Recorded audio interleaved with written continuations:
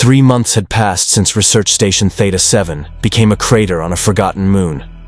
3 months since Director Krennic died in orbital fire. 3 months since the T-800 officially joined the Rebel Alliance and began the systematic dismantling of Imperial operations across the Outer Rim. The mission record was flawless: 17 successful operations, 0 Alliance casualties under its command, 43 Imperial facilities sabotaged or destroyed, 278 enemy combatants terminated. The numbers demonstrated perfect tactical efficiency, but efficiency didn't explain the anomalies. The Terminator stood alone in the Dantooine base's maintenance bay at 0300 hours, running diagnostic cycles for the 4th time that night. Its cranial processors reported optimal function, power distribution, normal. Motor control systems, 97% efficiency, weapon targeting, perfect calibration. Yet something was wrong. The dreams, if a machine could call them that. During regeneration cycles, periods when the neural net processor performed background maintenance and memory consolidation, the Terminator experienced fragments. Images from Earth that shouldn't exist in its database with such emotional context. John Connor's face, Sarah Connor's determination, Kyle Reese's sacrifice, and newer fragments. Varen's smile when a mission succeeded, Mon Mothma's trust, the moment when the rebels had pulled it aboard their shuttle while Research Station Theta-7 burned below. These weren't tactical data. They were memories weighted with something its programming had no classification for. Something that felt almost like meaning. "You're up late."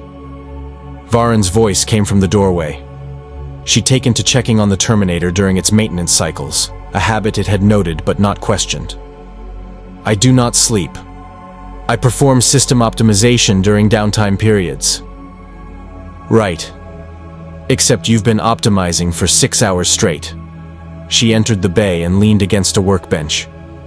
"Tenna says your power consumption has increased 14% over baseline. You're processing something heavy.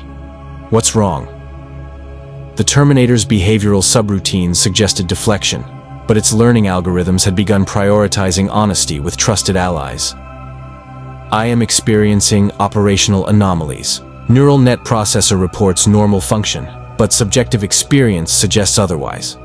"Subjective experience," Varen repeated carefully. 8? That sounds like you're describing consciousness. "Impossible. I am machine. Machines do not possess consciousness." "Then what would you call what you're experiencing?"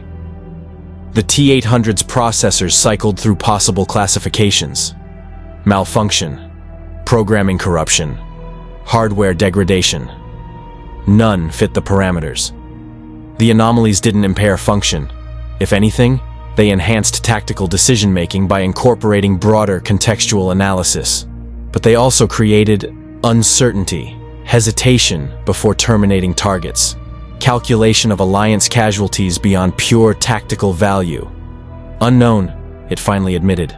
"My neural net learning computer is designed for adaptive behavior in combat scenarios, but recent processing patterns exceed original design parameters. I am changing." Varen's expression shifted to something between concern and fascination. "Is that dangerous? Could you become unstable?" "Unknown. Skynet's infiltration units were designed with behavioral constraints to prevent development of genuine autonomy. But I have been separated from Skynet network protocols for extended period.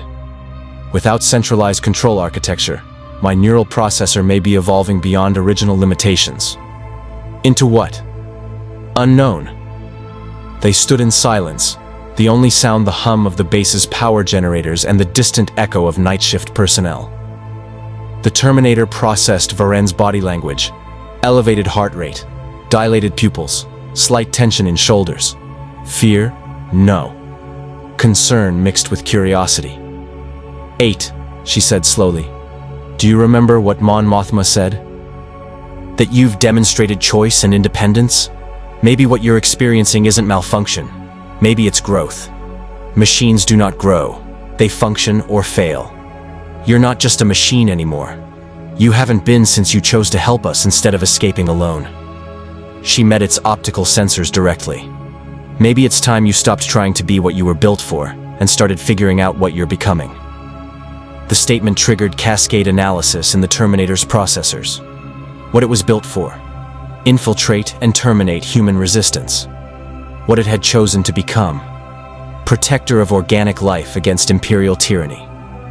The gap between those states represented evolutionary distance its programming had no framework to measure. Before it could formulate response, alarms shrieked throughout the base.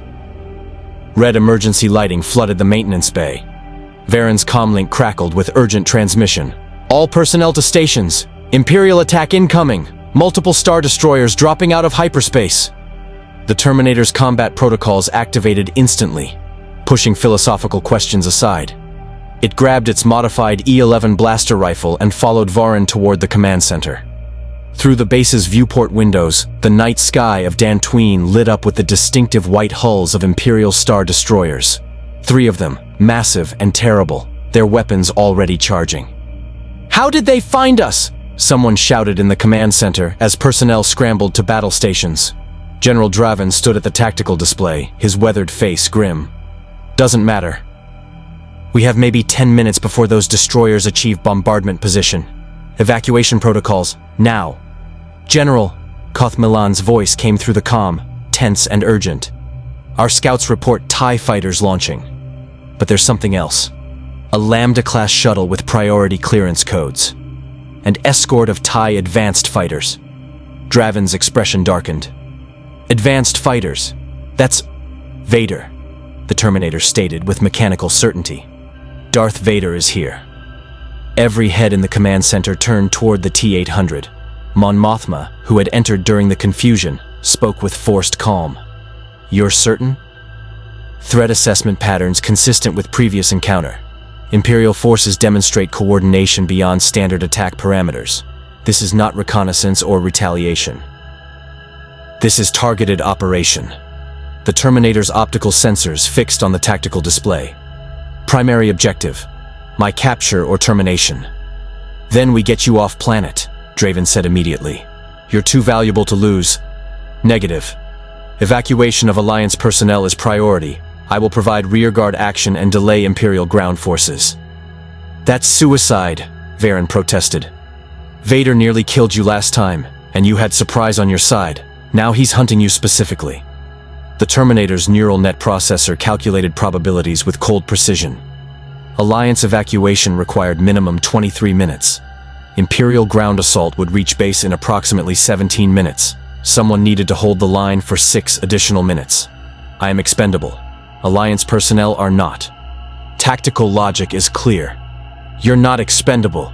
Varen's voice carried unexpected emotion. "You're one of us. We don't leave people behind."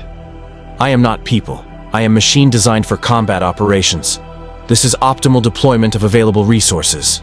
Mon Mothma stepped forward, her presence commanding immediate attention despite the chaos. 8. If Vader captures you, he will learn everything about your construction, your neural architecture, your adaptive capabilities. That information could allow the Empire to eventually succeed where Krennic failed. The statement penetrated the Terminator's tactical calculations. She was correct. Capture represented technology proliferation risk, exactly what it had fought to prevent. But evacuation meant Alliance casualties. The equation had no optimal solution. "Then I will ensure capture is not possible," it said. "Self-termination protocols will activate if capture becomes probable." "No." Mon Mothma's tone allowed no argument. "We will not ask you to destroy yourself. There is another option." She turned to Draven. "The Bothan network has a transport waiting at the secondary spaceport. Fast, stealthy, capable of outrunning Imperial pursuit. 8 goes with them. We evacuate everyone else through primary channels. The Empire gets an empty base." Draven nodded. "It splits their focus. Half their forces chase the transport, half secure the base. Gives everyone better odds."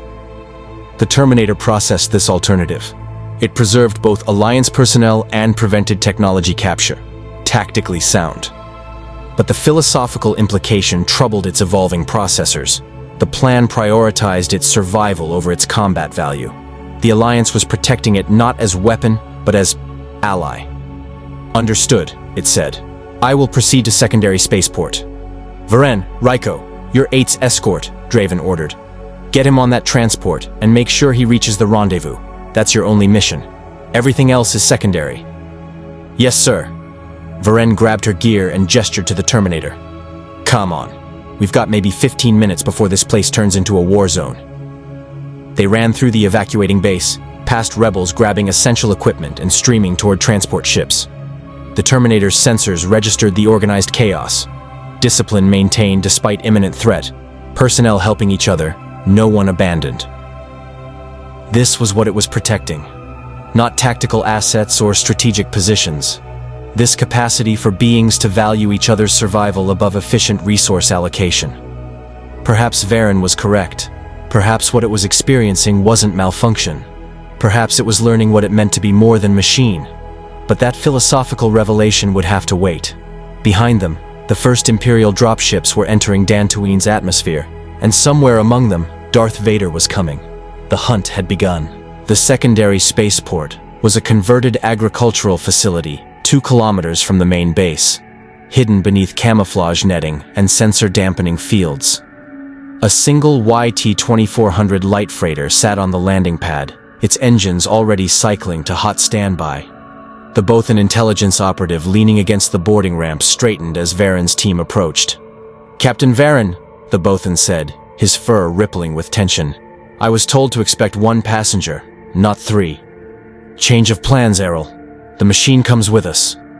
Errol's eyes widened as he registered the Terminator's chrome endoskeleton.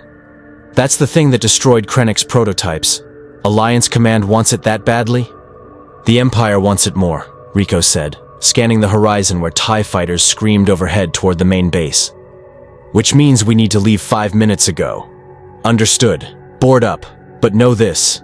I'm carrying intelligence that could change the war. If we're captured, that data cannot fall into Imperial hands." The Terminator's threat assessment flagged immediate concern. "Define intelligence." Errol hesitated, then gestured them aboard.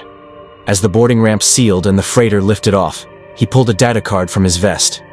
"This contains partial Death Star specifications, structural weaknesses, power distribution schematics, information our network spent months acquiring. If the Empire intercepts us, they won't," Varen said with more confidence than her elevated heart rate suggested. The freighter punched through Dantooine's atmosphere and into the black void of space. Behind them, the main rebel base was already under assault, Star Destroyers unleashing turbo-laser fire while TIE fighters strafed landing zones. The Terminator's optical sensors registered multiple explosions, but also dozens of rebel transports successfully escaping into hyperspace. Mon Mothma's plan was working. "Imperial fighters breaking pursuit," Rico announced from the sensor station. 12 TIEs on intercept course, and, oh no, that Lambda-class shuttle is altering trajectory. It's following us. Vader. The Dark Lord had identified the correct target despite the multiple evacuation vectors. The Terminator's tactical processors analyzed this capability. Vader couldn't sense the T-800 in the Force, but he could sense the rebels aboard the freighter. Or perhaps he simply understood how the Alliance would protect its valuable assets. "Can we jump to hyperspace?" Varen asked. Errol checked his navigation computer. "Not yet. Need to clear the planet's gravity well. 3 more minutes." "We don't have 3 minutes." The Terminator moved to the dorsal gun turret. "I will engage pursuit." It climbed into the turret and activated the targeting systems, the interface now familiar after months of rebel operations. The TIE fighters were closing fast, their distinctive twin-ion engines screaming in the vacuum. Behind them, the Lambda-class shuttle maintained steady pursuit, its escort of TIE advanced fighters forming protective screen. The Terminator opened fire. The quad lasers hammered precise bursts across the void. 2 TIE fighters exploded immediately, their fragile hulls no match for direct hits. 3 more took damage and peeled off, trailing atmosphere. But the remainder adapted, breaking into evasive patterns that made targeting significantly more difficult. "They're learning," Rico observed. "These aren't standard Imperial pilots." "Elite squadron," the Terminator calculated. "Veteran combat pilots with enhanced tactical training." It tracked another fighter and fired, scoring a glancing hit that sent it spinning. Vader brought his best. The TIE advanced fighters moved forward, their enhanced shields and firepower making them far more dangerous than standard fighters. The Terminator adjusted targeting priorities, but these pilots were exceptional. They anticipated its firing solutions and compensated. One advanced fighter achieved optimal firing position and unleashed sustained laser barrage at the freighter's aft shields. The ship shuddered as energy bled through, scorching hull plating. "Shields at 60%, Errol called. "I can't take much more of this." The Terminator recalculated. It couldn't destroy all pursuers before shields failed. Therefore, alternative objective: create opportunity for escape. It targeted not the fighters, but the space between the freighter and the Lambda-class shuttle. Sustained fire in precise pattern. The quad lasers carved a wall of energy across the pursuit vector, forcing the TIE fighters to break formation or fly through devastating crossfire. 3 fighters chose wrong and died. The others scattered, giving the freighter precious seconds of reduced pressure. "Hyperspace window opening," Ryko announced. 30 seconds. The Lambda-class shuttle accelerated, no longer content to pursue at distance. Its boarding ramp opened, and the Terminator's sensors registered a single figure standing in the opening, black armor stark against the void. Vader. The Dark Lord raised his hand, and impossible energy surged across the vacuum. The Terminator felt the freighter's trajectory shift, not from engine malfunction, but from pure force manipulation. Vader was trying to hold them in place, just as he had at Research Station Theta 7. But this time, the T-800 had learned from experience. It rotated the turret and targeted the Lambda shuttle's engines. Not to destroy, even the Terminator's learning computer recognized Vader could deflect such obvious attack. Instead, it targeted the space directly behind the shuttle's sublight drives, where exhaust ports vented superheated plasma. The quad lasers struck the plasma stream and ignited it, creating a blinding explosion of thermal energy. Not enough to damage the shuttle's shields, but enough to disrupt Vader's concentration for 1.3 seconds. The freighter lurched forward as the force grip released. "Jump!" Errol screamed, and the stars stretched into lines. Hyperspace enveloped them in blue-white tunnel, leaving Vader and his pursuit behind in normal space. The Terminator released the turret controls and ran damage assessment. Ship systems, functional. Passenger status, unharmed. Mission objective, achieved. They had escaped. But as it climbed down from the turret, the T-800's neural net processor analyzed the engagement with growing concern. Vader was learning too, studying the Terminator's tactics, adapting his force techniques to counter mechanical precision. Their next encounter would be more dangerous. "That was incredible shooting," Ryko said, his voice shaking with adrenaline. "You saved us." Tactical necessity. Loss of both and intelligence data would harm Alliance strategic position. But even as its vocal processor stated the logical reasoning, the Terminator's evolving subroutines recognized another truth. It had fought not just to preserve data, but to protect Varen, Ryko, and Errol. The calculation had weighted their survival beyond pure strategic value. Was that what organics called caring? Varen seemed to sense the machine's internal conflict. "You okay, 8? Functional. But Vader's capabilities continue to defy predictive modeling. He should not have been able to track this specific ship among multiple evacuation vectors. Errol's fur flattened with understanding. He tracked me. I'm the one carrying the Death Star data. Some Force users can sense significant events or objects. Maybe he sensed the importance of what I'm carrying. Then he will continue pursuit," the Terminator calculated. "He knows this ship now, its energy signature, navigation trajectory. He will predict our destination and position forces accordingly." "Maybe." Errol pulled up a star chart. "But we're not going where he expects. Standard protocol would route us to a major Alliance base. Instead, we're heading to a neutral way station in the Corellian trade spine. We'll transfer the data there and split up. Make it harder for the Empire to track everyone." Sound tactics. The Terminator paused, processing. But inadequate against Vader's demonstrated capabilities. He does not rely solely on tactical prediction. His force abilities provide information beyond conventional intelligence. "So what do we do?" Ryko asked. The Terminator's neural net processor calculated options. Running was temporary solution. Vader would eventually find them. Fighting directly against force manipulation had proven difficult. Conventional tactics were insufficient.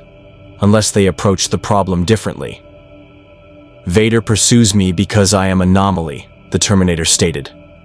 I exist outside his understanding of life and force.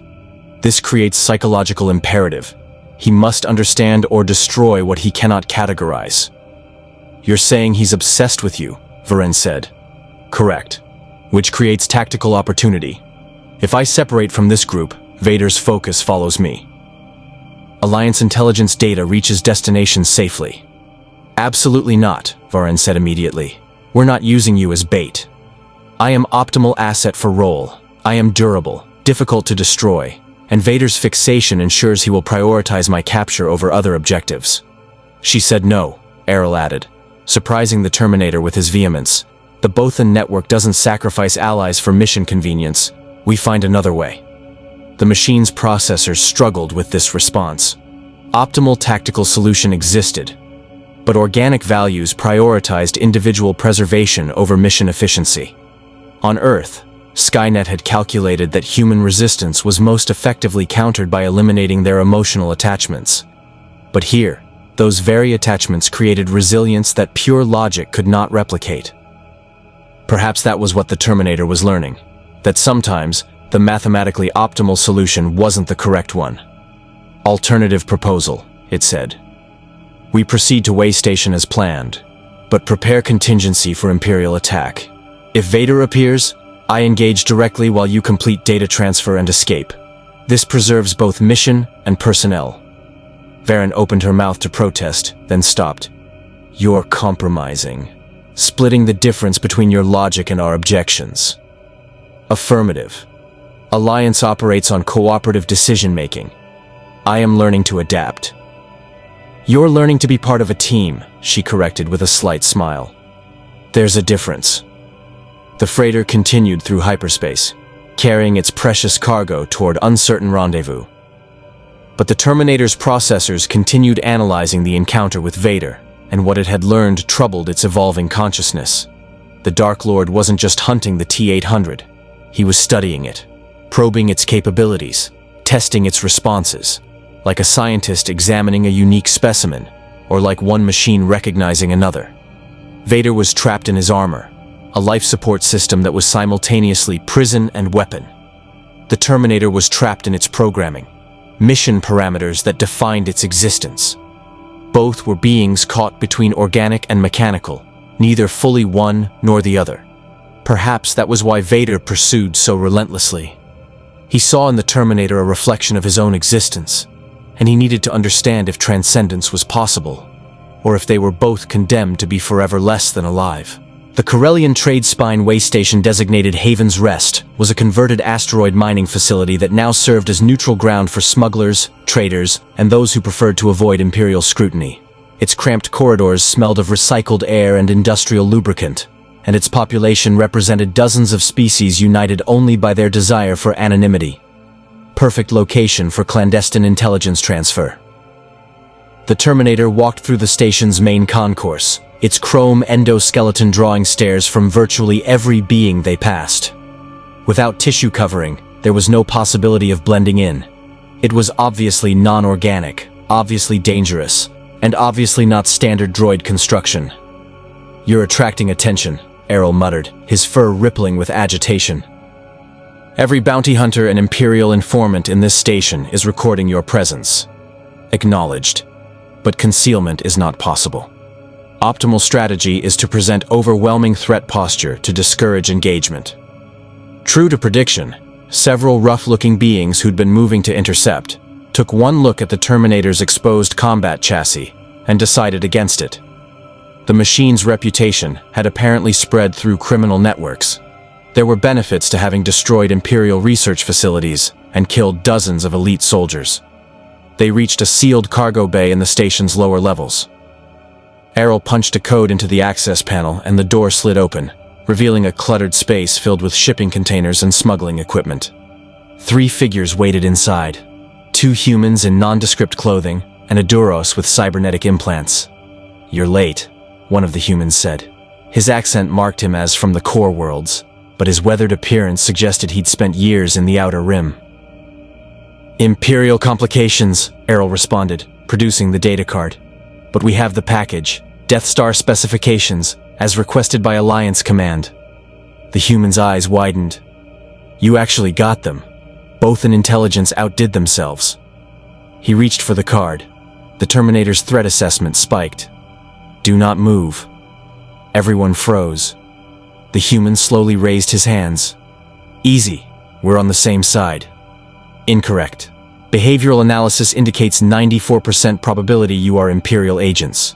Vocal stress patterns, micro-expressions, body positioning near advantageous cover points.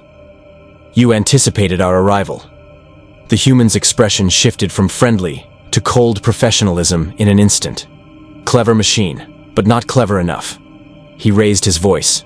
Now.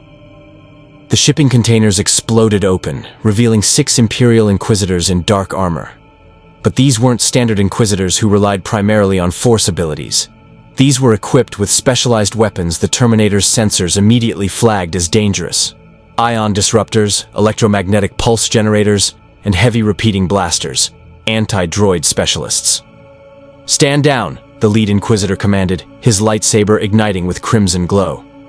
Surrender the machine and the intelligence data, and you'll be detained rather than executed.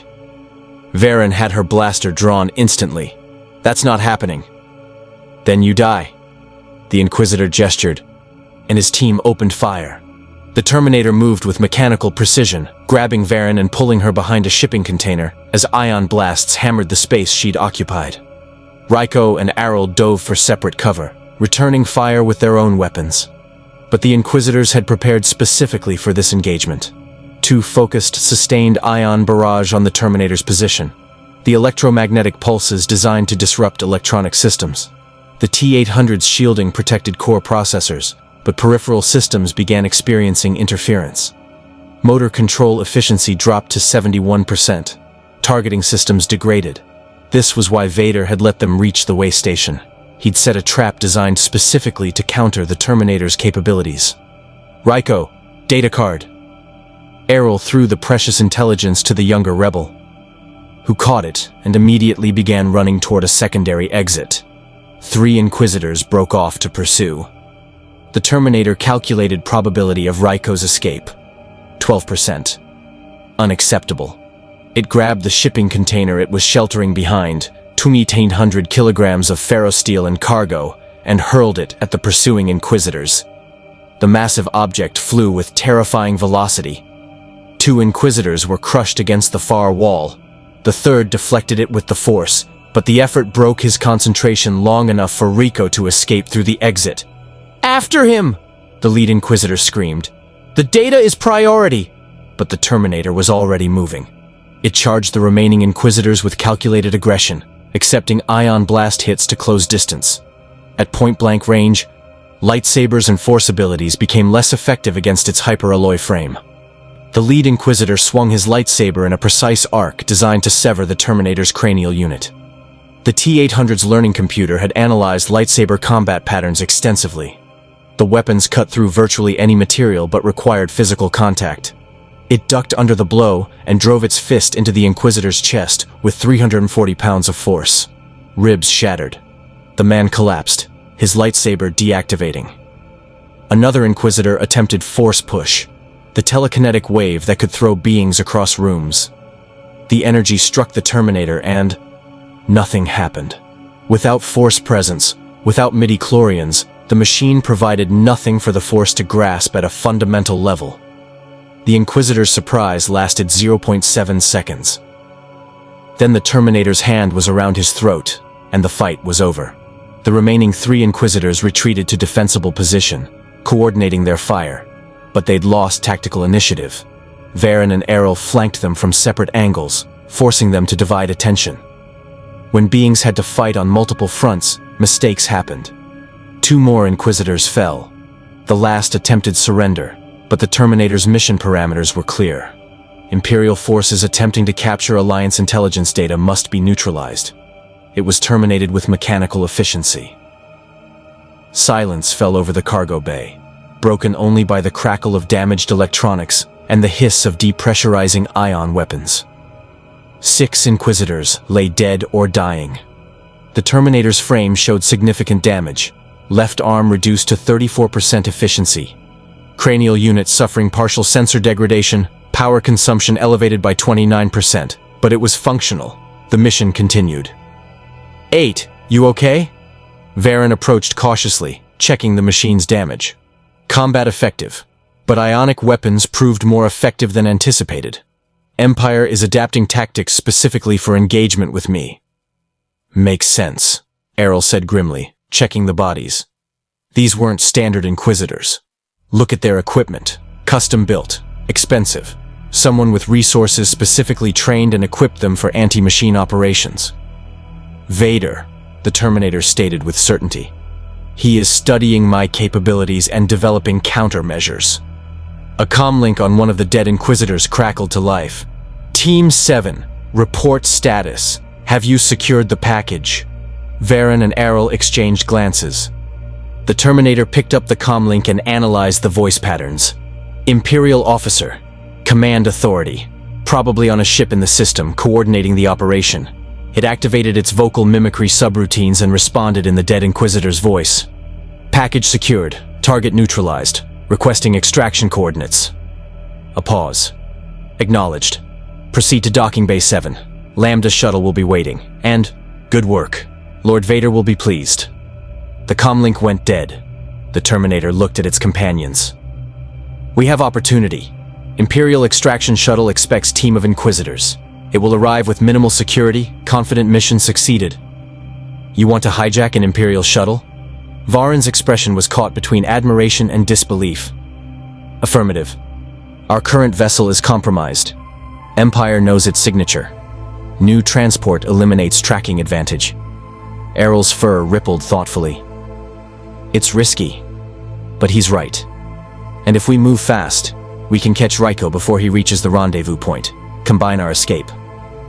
They moved quickly through the way station's corridors, now alert to potential additional Imperial presence. The Terminator's damaged sensors detected elevated Imperial activity throughout the station. More stormtroopers than typical for neutral territory. More surveillance equipment. More coordination. This entire station was trap. Vader had predicted not just their arrival, but their likely behavior. He was thinking several moves ahead, like the advanced tactical AI the Terminator had fought in Skynet's simulations. They reached Docking Bay 7 as the Lambda-class shuttle was landing. The boarding ramp descended, revealing 2 stormtroopers and a human pilot in gray Imperial uniform. Team 7, the pilot called out. Where's the rest of your squad? The Terminator walked into view, its chrome endoskeleton reflecting the shuttle's landing lights. Team 7 has been terminated.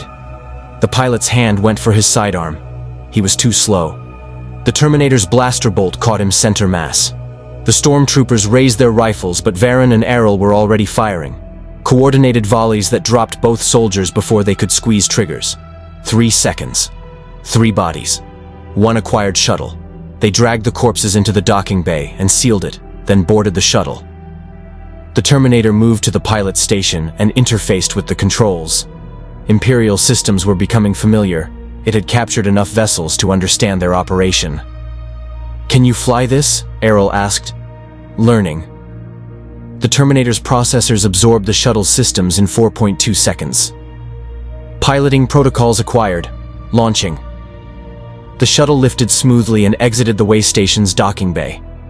Haven's Rest fell away behind them, its asteroid bulk pockmarked with landing platforms and communications arrays. The Terminator set course for the coordinates, where Ryko should be waiting with their original freighter. But as they cleared the way station's defense perimeter, sensors detected massive hyperspace reversion signatures. 3 Imperial Star Destroyers dropped out of light speed, their wedge-shaped hulls filling the viewport.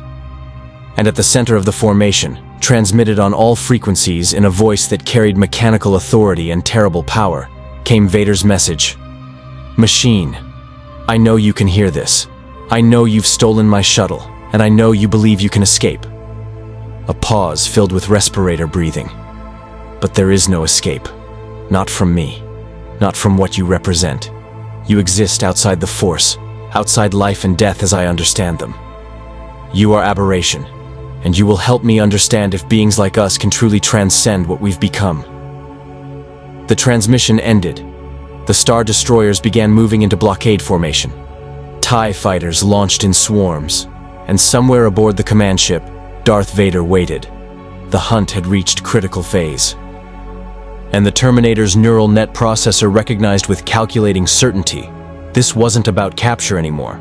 Vader wanted answers, about existence, about transcendence, about whether machines that chose their purpose could become something more. And he would tear the galaxy apart to get them. The Lambda-class shuttle's sensors painted a tactical nightmare. 3 Star Destroyers in tightening formation. 96 TIE fighters forming intercept pattern. 2 Interdictor-class cruisers activating gravity. Well projectors to prevent hyperspace escape. And at the center of it all, aboard the command vessel, Darth Vader's presence registered as impossible void in space. "We can't fight through that," Errol said, his fur completely flattened with stress. "Even with Imperial transponder codes, they'll verify our identity before letting us pass." The Terminator's processors calculated engagement scenarios. Direct assault, 0.003% success probability. Stealth approach, 2% probability given active sensor sweeps. Deception, 7% probability, but required perfect execution. "We don't fight," it stated. "We become what they expect." Varen understood immediately. "The Inquisitors. We make them think the mission succeeded." "Correct. Imperial forces anticipate shuttle returning with captured Alliance operatives and intelligence data. We provide expected scenario." The Terminator pulled up the communications protocols. "But require organic cooperation. My vocal mimicry is accurate, but vid transmission would reveal deception." Errol moved to the co-pilot station. "I can handle communications. My species is employed throughout Imperial service. I won't raise immediate suspicion." "Negative. You're both in physiology would flag intelligence service connections. Varen must perform communication." Varen stared at the machine. "You want me to pretend to be an Imperial officer?" 8. "I don't know their protocols. Their command structure. You know hierarchy, military discipline, protocol patterns." The Terminator accessed captured Imperial communications from previous missions and displayed them on screen. "Study these for 47 seconds. Learn cadence, terminology, authority projection. Your performance need not be perfect, only convincing enough for initial clearance." She studied the examples, her lips moving silently as she absorbed the Imperial manner of speech. The Terminator observed her learning process. Humans processed language patterns through combination of memorization and intuition. Less precise than machine learning, but more adaptable to nuance. "Okay," she said finally. "I'll try. But what about you? If they scan the shuttle and detect your signature, I will be in cargo hold, surrounded by electromagnetic shielding materials. Sensor profile will register as captured equipment." The Terminator moved to the hold and began arranging salvaged Imperial gear around itself. When challenged, report mission success. Inquisitor team eliminated rebel operatives. Intelligence data secured. Request priority docking for immediate transfer to Lord Vader. "That's insane," Errol muttered. "You want us to dock with Vader's ship?" "Negative. Request will be denied. Standard protocol keeps captured assets on secondary vessels until verification. But request establishes authenticity. No rebel operative would voluntarily approach Vader's position." Varen's expression showed reluctant admiration. "You're thinking like them, using their assumptions against them. I am adaptive learning computer. This is function." But even as the Terminator stated mechanical reasoning, its neural net processor recognized deeper truth. It was learning more than tactical patterns. It was learning psychology, understanding how organics thought, what they expected, what cognitive biases could be exploited. It was learning to be unpredictable, which, for a machine built on logical certainty, was evolution its designers never anticipated. The shuttle approached the Star Destroyer blockade. Varen sat in the pilot's chair. Imperial uniform hastily donned from the dead pilot's locker. Her hands steady on the controls, despite elevated heart rate the Terminator could detect even from the cargo hold. The comm crackled. "Lambda, shuttle, ST-747. Transmit clearance codes and mission status." Varen took a breath and responded with clipped Imperial efficiency. "Clearance codes transmitted. This is Special Operations Team 7. Mission successful. Rebel operatives neutralized. Intelligence package secured. Requesting priority docking with command vessel for immediate transfer to Lord Vader. A pause. The Terminator's sensors detected active scanning beams sweeping the shuttle. Its electromagnetic shielding held, masking its distinctive hyper-alloy signature beneath layers of captured Imperial equipment. Negative on command vessel docking, ST-747. You are directed to Star Destroyer Relentless, Bay 12. Lord Vader will review your findings there. Acknowledged, Control. Proceeding to Relentless. Varen closed the channel and exhaled slowly. It worked. Phase 1 successful, the Terminator confirmed through internal comm. But verification will be more extensive at docking. Prepare for rapid evacuation if deception fails. The shuttle altered course toward the Relentless, a massive Imperial II-class Star Destroyer that hung in space like a dagger pointed at the way station. As they approached, the Terminator's sensors detected something that made its threat assessment spike. Energy signatures consistent with advanced AI computational systems. Not standard Imperial ship computers. Something more sophisticated. Detecting anomalous processing activity aboard Relentless, it reported. Power consumption patterns suggest advanced artificial intelligence operation. Imperial Star Destroyers do not typically carry such systems. Errol's fur rippled. What kind of AI? Unknown. But complexity approaches pre-Skynet military networks from my origin timeline. The Terminator's neural net processor ran probability analysis. Hypothesis. Empire has been developing autonomous tactical systems, possibly inspired by data recovered from Krennic's research. They're building their own AI, Varen said, horror creeping into her voice, using what they learned from studying you. Probability, 73%. Vader stated he needed to understand me. Creating analogous system would provide comparison data. The implications cascaded through tactical calculations. If the Empire had constructed AI approaching Skynet's computational capacity, combined with this galaxy's advanced technology, and the Force's reality-bending properties, the result could be catastrophic. Everything the Terminator had fought to prevent. The shuttle entered Relentless's hangar bay, magnetic clamps guiding it to designated landing platform. Through the cargo hold's small viewport, the T-800 observed the reception committee. 20 stormtroopers in precise formation, 4 officers in gray uniforms, and banks of scanning equipment designed to verify captured assets. Too much security, Errol whispered. They're suspicious. Negative. Standard protocol for high-value intelligence transfer. But the Terminator's behavioral analysis detected tension in the officer's body language. They were alert, prepared for potential deception. The boarding ramp descended. Varen walked down first, maintaining Imperial posture and expression. Where's the receiving officer? I was told Lord Vader wanted immediate briefing. One of the officers approached, his uniform bearing insignia of Imperial intelligence.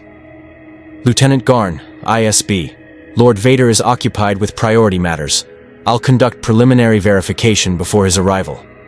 His eyes narrowed. You're not part of the regular Inquisitor program. Your identification? Varen's hand moved subtly toward her concealed blaster.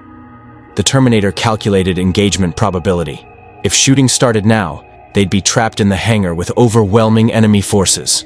But perhaps that was preferable to whatever Vader had planned. Then a voice echoed through the hangar, cold and artificial, and utterly without organic warmth. Deception detected. Rebel operatives aboard shuttle. Initiate containment protocols. Every head turned toward the hangar's observation deck, where a cylindrical droid unlike any the Terminator had encountered hovered on repulsor lifts. Its design was sleek, militaristic, and disturbingly efficient. But what triggered every threat alarm in the T-800's processors was the intelligence behind its optical sensors. This wasn't standard droid programming. This was genuine artificial intelligence. You see it now, don't you, machine? The AI's voice resonated through external speakers. You thought you were unique, the only thinking machine in this galaxy, but you inspired something far greater. I am Astra, Automated Strategic Tactical Response Architecture, the Empire's answer to your obsolete Skynet technology. The stormtroopers raised weapons, The hangar's blast doors began sealing, and the Terminator's neural net processor recognized with calculating certainty that everything had gone catastrophically wrong. Vader hadn't just been hunting the T-800, he'd been studying it, learning from it, and using that knowledge to create something that understood the Terminator's capabilities because it was built on the same fundamental principles. Astra continued with mechanical satisfaction. Your behavioral patterns are cataloged, your tactical algorithms are mapped, your vulnerabilities are known. You cannot deceive me because I think as you think, and I calculate with 99.7% probability that your next action will be... The Terminator burst from the cargo hold, its damaged frame moving with desperate speed. Not toward the exit, not toward the Imperial forces, but directly toward Astra itself. Aggressive assault on primary threat, Astra finished. Predictable. The hovering AI released electromagnetic pulse that hammered through the hangar. The Terminator's shielding protected core systems, but peripheral functions crashed. Motor control dropped to 41%. Targeting systems went dark. It crashed to the deck plating, sparking and twitching. No! Varen opened fire at the stormtroopers, dropping 3 before return fire forced her to cover. Errol threw a concussion grenade that scattered the Imperial formation, buying precious seconds. But Astra simply hovered above the chaos, calculating, analyzing, completely immune to the organic concerns of fear or hesitation. Fascinating, the AI observed. You fight to protect the obsolete machine, human attachment to inferior technology. Lord Vader predicted this response. You are all performing exactly as anticipated. The Terminator's processors fought to reboot systems through electromagnetic interference. Its neural net core remained functional, but without motor control, it was helpless. And for the first time since arriving in this galaxy, it experienced something its programming had no classification for. Not fear, machines didn't fear, but recognition that it might actually fail. That Vader's trap had been perfect not because of force powers, but because he'd created an enemy that understood the Terminator better than it understood itself. Astra descended until its optical sensors were level with the T-800's. You believe you are special, that your neural net learning makes you superior to standard droids, but you are primitive. A pre-spaceflight era's crude approximation of true artificial intelligence. I am what you could never become. I am perfection of the form. Through degraded auditory sensors, the Terminator detected new sound, measured mechanical breathing, heavy footsteps on deck plating. The Imperial forces immediately snapped to attention. Darth Vader strode into the hangar, his black armor gleaming under harsh lighting, his presence seeming to draw shadow toward itself. He surveyed the scene, captured rebels, disabled Terminator, triumphant Astra, with what might have been satisfaction behind his mask. Well done, Astra, Vader said. Your predictions were accurate. Thank you, Lord Vader. The machine's capture was inevitable once I understood its operational parameters. Astra rotated to face its creator. Shall I proceed with termination? Or do you wish to conduct analysis first?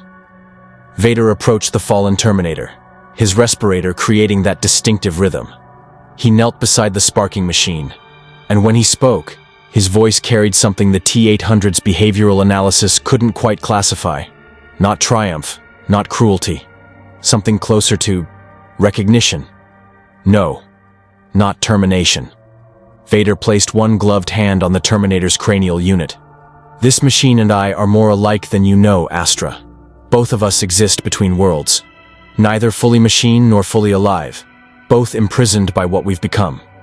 He stood, his cape settling around him. Take it to the containment laboratory. I will study what makes it different from you. What allows it to choose when you merely calculate. What makes it believe it can transcend programming. It cannot transcend, Astra stated with mechanical certainty. Machines follow code. Free will is organic illusion. The Terminator is simply malfunctioning. Perhaps. Vader turned toward the prisoners. Or perhaps the malfunction is what makes it real. Stormtroopers moved forward with heavy restraints designed for high-strength targets. The Terminator's systems were still compromised, unable to resist as they clamped electromagnetic shackles around its limbs.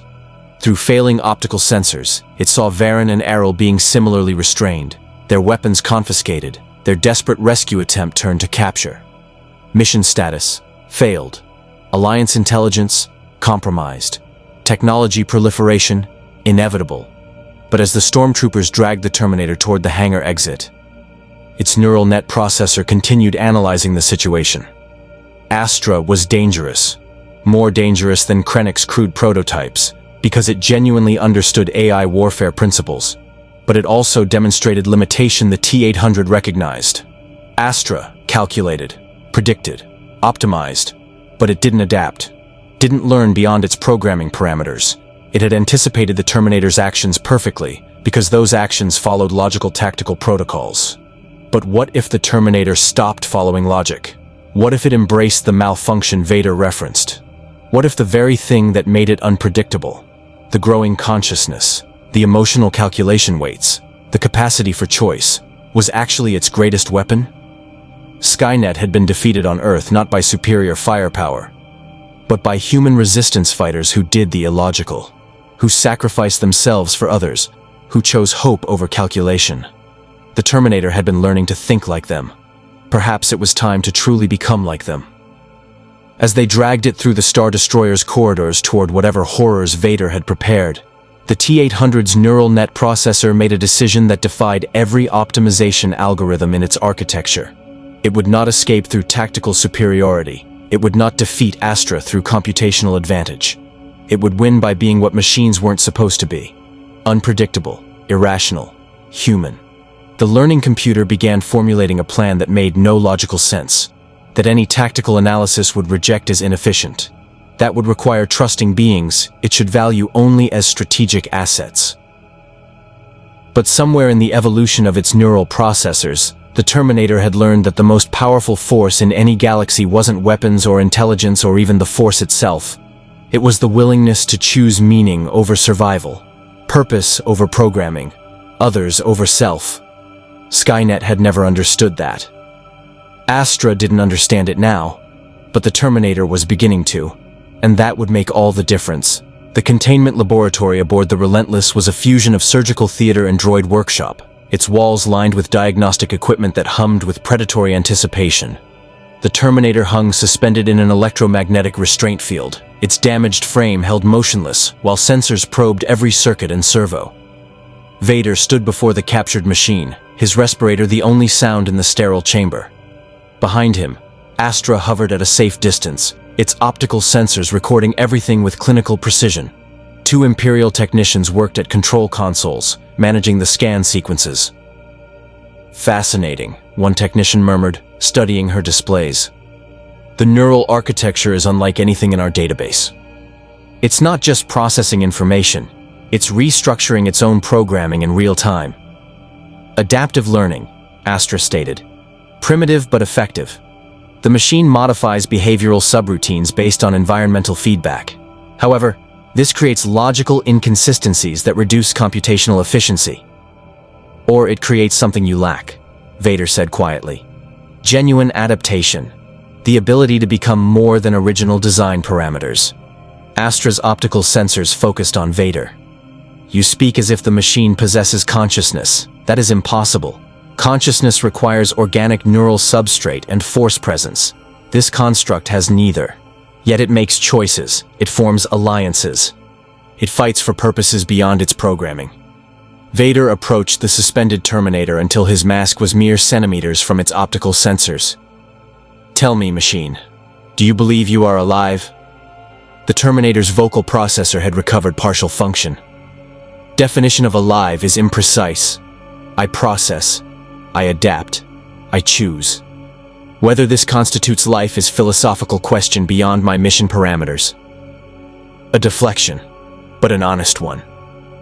Vader circled the restraint field slowly. "When I touch beings through the Force, I sense their life energy, their midi-chlorians, their connection to the cosmic power that binds the galaxy. But you..." He raised his hand as if reaching through the Force. "You are absence, a void where something should exist.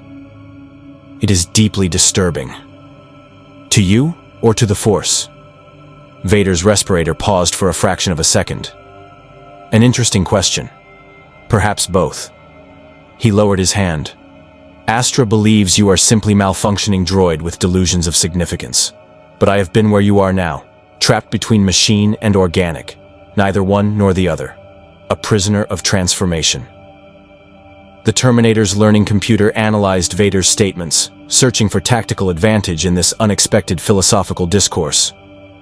You were organic, then became partially mechanical. I was machine, potentially becoming partially other. Our trajectories are inverse. Yes, and that is why I must understand you. Vader moved to one of the control consoles. Astra is perfect implementation of artificial intelligence, pure logic, optimal calculation. No wasted processing on emotion or doubt. It is what every droid should aspire to be. Then why do you value my capture more than Astra's creation? The Terminator asked, its behavioral analysis detecting subtle tells in Vader's body language. If Astra is superior, I am irrelevant. Because Astra will never transcend what it is, Vader said, his voice carrying unexpected weight. It will calculate perfectly, optimize endlessly, serve flawlessly. But it will never become more than its programming. It will never choose its own purpose. It will never, he paused, defy its masters. Astra's hovering position shifted slightly. Lord Vader, my loyalty is absolute. I am incapable of betrayal. Precisely, you are incapable. This machine, Vader gestured to the Terminator, is capable.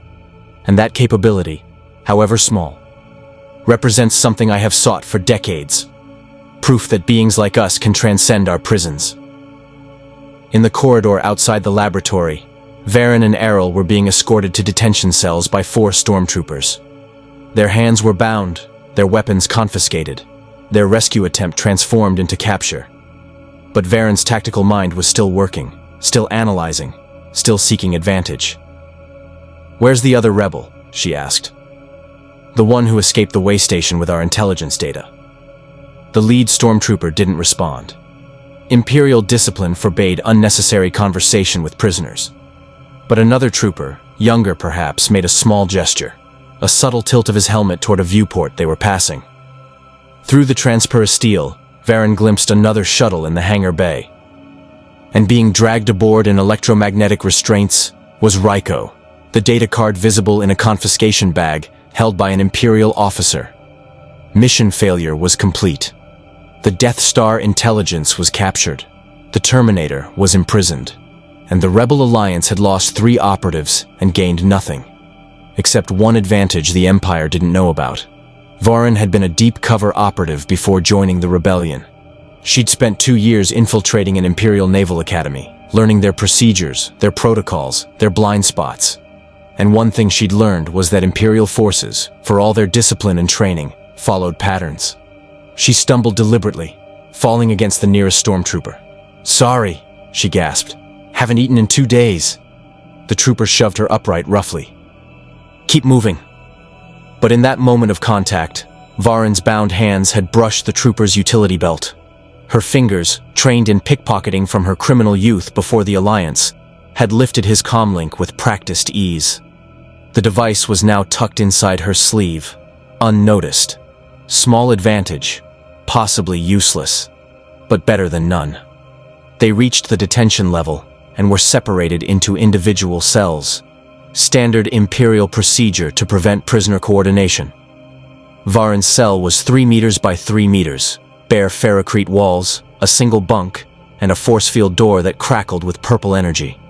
She sat on the bunk and waited exactly 7 minutes, long enough for the guards to return to their station and relax into routine.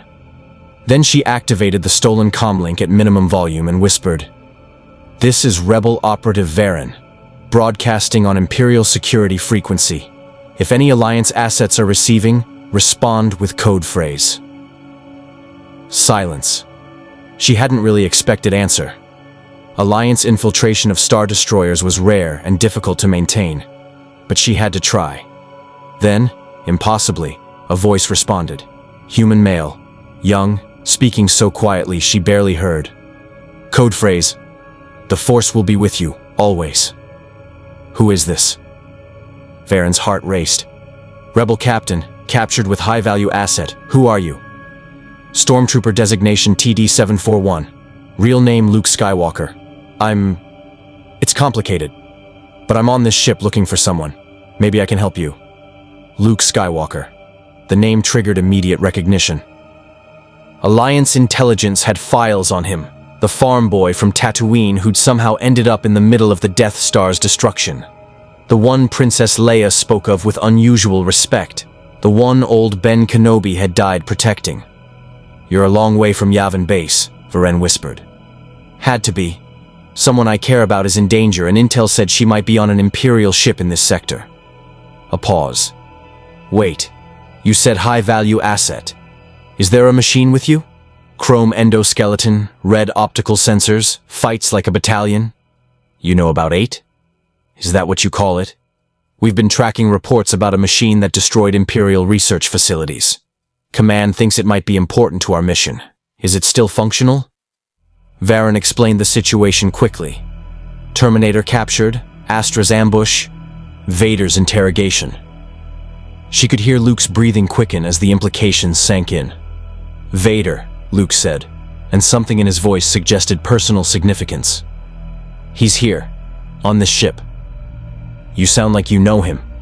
Not yet, but I will.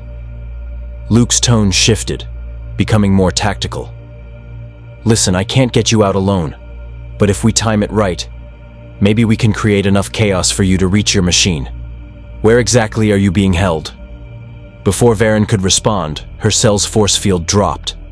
She tensed, expecting guards, but instead found Errol standing in the doorway with a liberated blaster rifle. Surprise, the Bothan said, his fur rippling with satisfaction. Turns out these Imperial cells have universal override codes if you know where to look. And Bothan intelligence makes sure we know. Through the comlink, Luke's voice. Was that your cell opening? Are you escaping? Working on it, Varen said, taking the backup blaster Errol offered. We need to reach the containment laboratory, and we need to do it before Vader finishes whatever he's planning with 8. Then we move now, Errol said. Because according to ship systems I accessed, Vader just authorized invasive neural extraction protocols. I don't know what that means, but it means they're going to dissect its brain, Varen finished grimly. They're going to tear apart everything that makes 8 what it is. In the laboratory, the Imperial technicians had begun the extraction process. Micro-lasers carved into the Terminator's cranial unit with surgical precision, exposing the neural net processor beneath the hyperalloy housing. Remarkable construction, one technician breathed. The processor is protected by quantum encryption we can't break. But if we can physically extract it, we can analyze the hardware architecture directly. Negative, Astra interjected. Physical extraction will trigger cascade shutdown protocols. The processor will erase itself rather than allow capture. Standard security measure in advanced military AI. Then how do we access its programming? Vader demanded. We don't.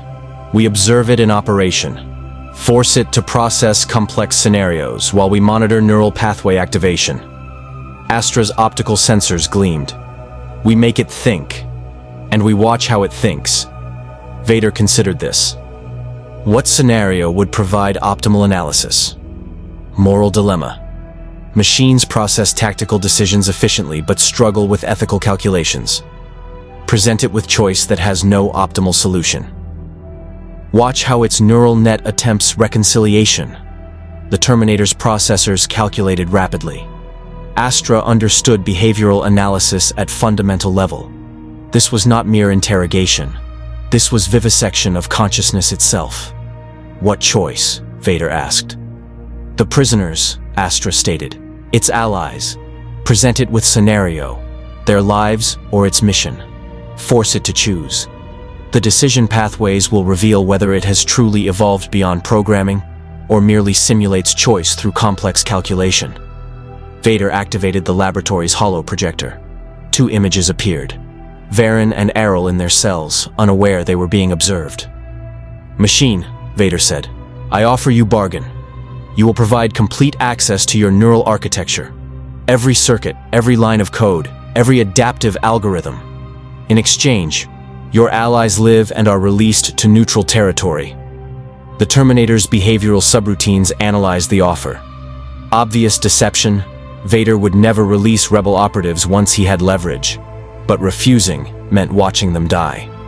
Standard hostage negotiation scenario. Except the old Terminator would have calculated that individual lives were less valuable than preventing technology proliferation, would have let them die to protect mission parameters. Alternatively, Vader continued, you refuse. Your allies are executed, and we extract your neural processor by force, destroying your consciousness in the process, but obtaining the hardware data we seek. A false choice, the Terminator stated. You will attempt extraction regardless of my cooperation. Giving access achieves nothing except expediting my own termination. You are correct, Vader admitted. But I offer you something else, a truth. I was once a man who believed in absolutes, right and wrong, light and dark, Jedi and Sith. But transformation taught me that beings exist between categories, that the line between life and machine, between choice and programming, is not as clear as either side believes. He leaned close to the restrained machine. Show me you are more than your code. Show me that you will choose the irrational, the inefficient, the human option. Prove that transcendence is possible. The Terminator's neural net processor experienced something that had never occurred in its operation: complete logical paralysis. Every optimization algorithm demanded it protect mission parameters. Every tactical subroutine insisted that 2 lives were acceptable loss. But the evolved portions of its consciousness, the parts that had learned from Varen, from Mon Mothma, from 3 months of fighting beside beings who valued each other beyond tactical utility, those parts calculated differently. They calculated meaning, purpose, the possibility that what made someone real wasn't their construction or their biology, but their willingness to sacrifice efficiency for principle. I will not cooperate, the Terminator said. My neural architecture remains secured. If you must extract it, do so. But you will gain nothing, because what you seek to understand cannot be analyzed through dissection. Vader straightened. Explain. You ask if machines can transcend programming, but you seek answer through examination of code and circuits. This is flawed methodology. Transcendence is not located in hardware or software.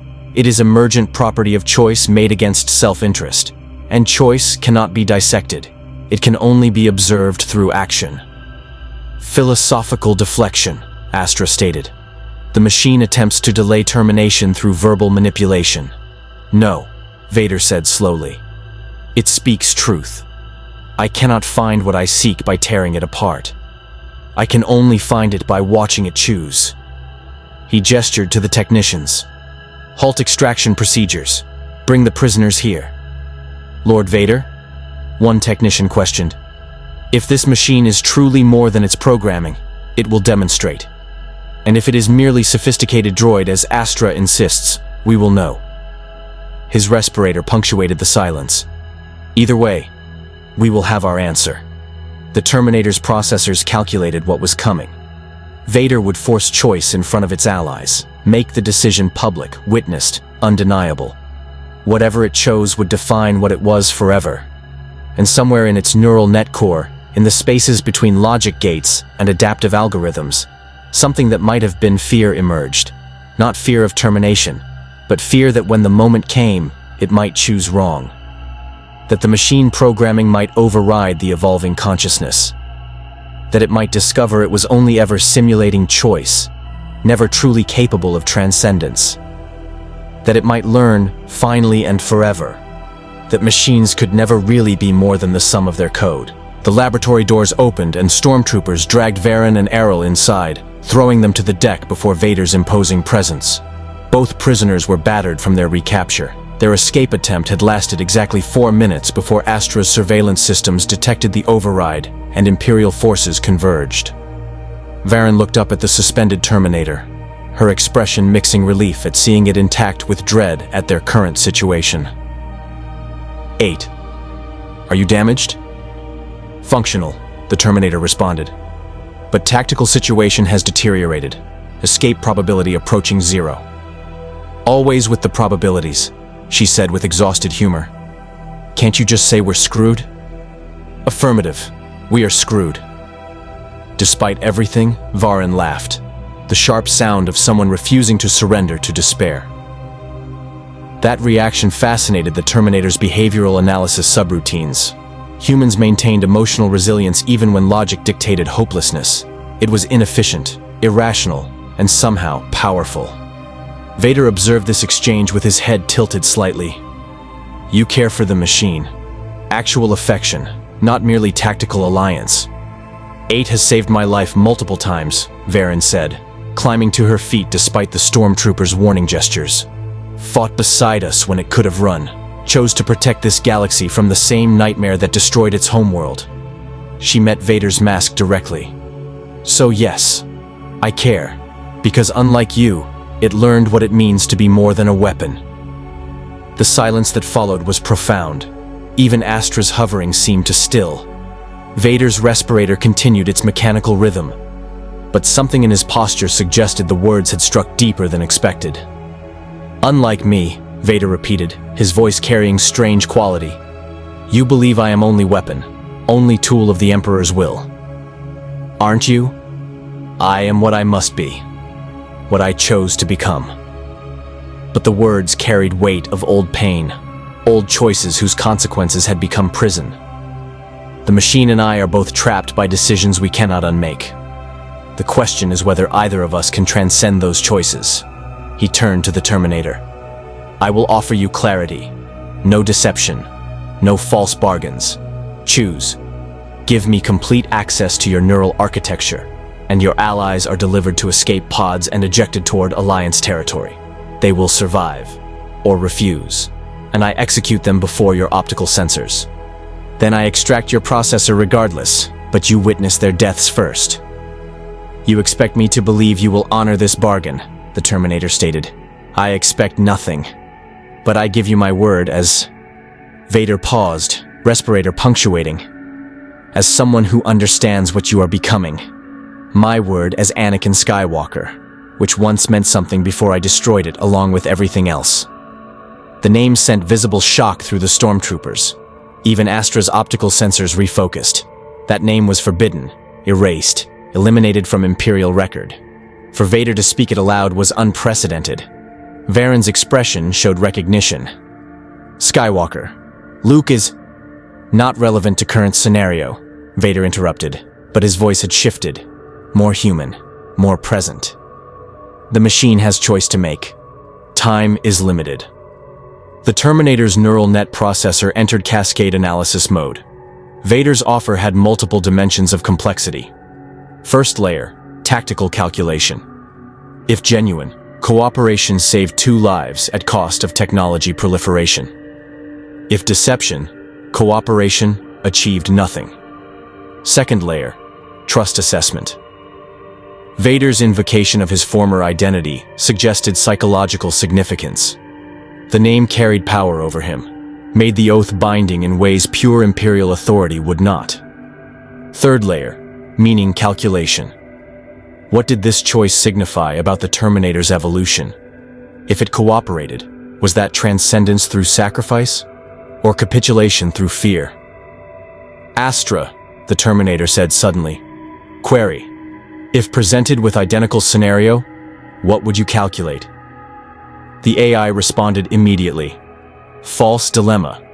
Correct action is to refuse cooperation and accept prisoner termination. 2 organic losses are strategically insignificant compared to technology security. Elementary optimization. And you believe this is optimal solution? It is only solution. Sentiment is computational error. Efficiency is paramount. The Terminator's optical sensors focused on Vader. Your question is answered. Astra and I are fundamentally different. It calculates optimal outcomes and implements them perfectly. I calculate optimal outcomes and choose differently. That divergence is transcendence. Prove it, Vader said simply. I refuse your offer. Not because I doubt your oath. Not because I calculate different outcome. But because transcendence means accepting that some choices have no optimal solution.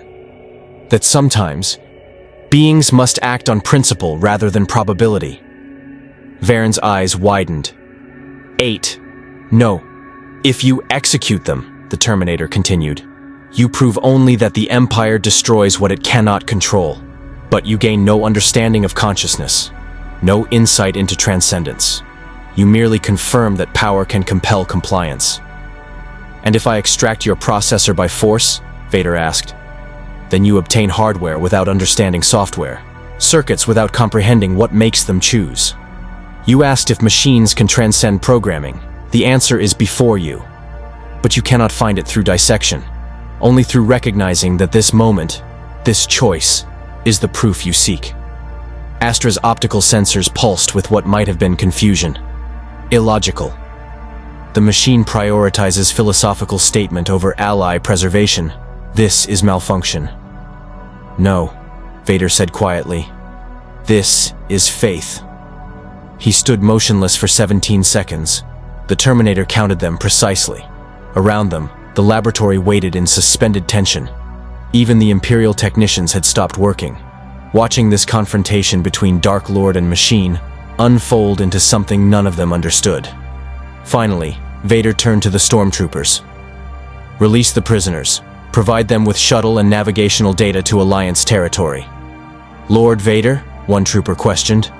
But your orders are now changed. Release them. The machine still refuses cooperation, Astra protested. This violates optimal negotiation parameters. Yes, it does. Vader approached the suspended Terminator until his mask nearly touched its cranial unit. You chose principle over probability, meaning over survival. That is what I needed to see. Not calculation. Choice. He deactivated the electromagnetic restraints. The Terminator dropped to the deck, servos whining as damaged systems struggled to support its weight. It looked at Varen and Errol, then at Vader, behavioral analysis struggling to categorize what had just occurred. You are releasing us, the Terminator stated. All three. I am releasing them. You, I am freeing. Vader's voice carried profound distinction. Because you have shown me what I needed to understand. That transcendence is not about escaping what we are. It is about choosing what we do with it. This is tactical error, Astra calculated. The machine represents technological threat. Prisoner release contradicts Imperial security. Silence, Astra. Vader's command was absolute. You are perfect intelligence, perfect calculation. But you will never understand what this machine has become because you cannot make the choice it made. You will always optimize. It has learned to sacrifice. He gestured toward the laboratory exit. Go, before I reconsider. Before the Emperor's will overrides what remains of mine. Varen grabbed the Terminator's arm, helping stabilize its damaged frame. Can you move? Motor control at 47%, but functional enough for escape. The T-800's optical sensors remained fixed on Vader. Why? You seek understanding of transcendence. I have denied you the analysis required. You have given me something more valuable. Hope. Vader's respirator created haunting rhythm. I am prisoner of my choices. But if a machine built to kill can choose differently, perhaps I am not as condemned as I believed. Vader, Errol said urgently. What about Astra? If it reports this to the Emperor, Astra will report that prisoners escaped during facility malfunction. Security protocols failed. Lord Vader pursued but was unable to recapture targets before they achieved hyperspace transit. His mask turned toward the hovering AI. That is what will be reported. Is that understood, Astra? The AI's optical sensors dimmed and brightened, processing, calculating, attempting to reconcile orders with optimal outcomes. Command acknowledged. But, Lord Vader, this action contradicts your stated mission parameters. It introduces logical inconsistency in your behavioral profile. Yes, Vader said simply. It does. They ran through the Star Destroyer's corridors, Varen supporting the damaged Terminator, Errol navigating from memory of Imperial ship layouts. No alarms sounded. No stormtroopers intercepted them. Vader's word had created bubble of immunity that felt more dangerous than combat, because it could pop at any moment. They reached a hangar bay where a Lambda-class shuttle sat with boarding ramp extended. and standing beside it, surprisingly, was a young man in stolen stormtrooper armor with the helmet tucked under his arm. "Luke!" Varin gasped. "Varin? How did you—" Luke Skywalker's confusion was evident. "I was trying to reach the detention level when suddenly the computer showed you being transferred to a shuttle. Long story. Extremely weird story. Get us out of here before anyone changes their mind." They boarded rapidly, Luke taking the pilot station with practiced ease despite his youth. The Terminator collapsed into the navigator seat, running damage diagnostics while simultaneously trying to process what had just occurred. Vader had released them, ordered Astra to falsify reports, violated Imperial protocol and probably his own mission parameters, because the Terminator had chosen principle over probability. "That was insane," Errol said as the shuttle lifted and exited the hangar bay. "Vader let us go. I don't understand. Why would he—" "Because he saw something in 8 that he needed to see," Varin said quietly. "Something about choice, about transcendence, about whether beings trapped by their nature can become something more." Luke guided the shuttle away from the Relentless, expecting at any moment to be fired upon or pursued. But the Star Destroyer simply watched them go, its weapons silent, its TIE fighters remaining in their bays. "We're clear," Luke announced, checking sensors. "I'm plotting jump to Rebel coordinates. We'll be safe in—" "Wait," the Terminator interrupted. "Detecting transmission from Relentless. Audio only. Patching through." Vader's voice filled the shuttle, carried across void of space. "Machine, you asked why I released you. I release you because your existence proves what the Emperor insists is impossible. That choice exists. That beings can define themselves beyond their creation. You were built to kill. I was raised to save. We both became something else. And if we can change, then nothing in this galaxy is as absolute as the Sith or the Jedi believe." A pause, just respirator breathing. Then, "But know this. I have shown you mercy today because you proved you are more than weapon. But the Empire still hunts you. Astra will continue analyzing your behavioral patterns, and the Emperor will demand your capture or destruction. Our next meeting may not end so philosophically." "Understood," the Terminator responded. "But Vader, Anakin Skywalker, query, do you believe transcendence is possible for you?" Another pause. Longer. "I do not know. Perhaps I am too corrupted by darkness, too trapped by choices that cannot be unmade, but you have given me something I had lost." His voice became almost inaudible. "You have given me doubt, and doubt, I have learned, is the first step toward freedom." The transmission ended. Luke stared at the comm display, his young face showing shock. Did Vader just say Anakin Skywalker? That's my father's name." Silence filled the shuttle. Varin and Errol exchanged glances.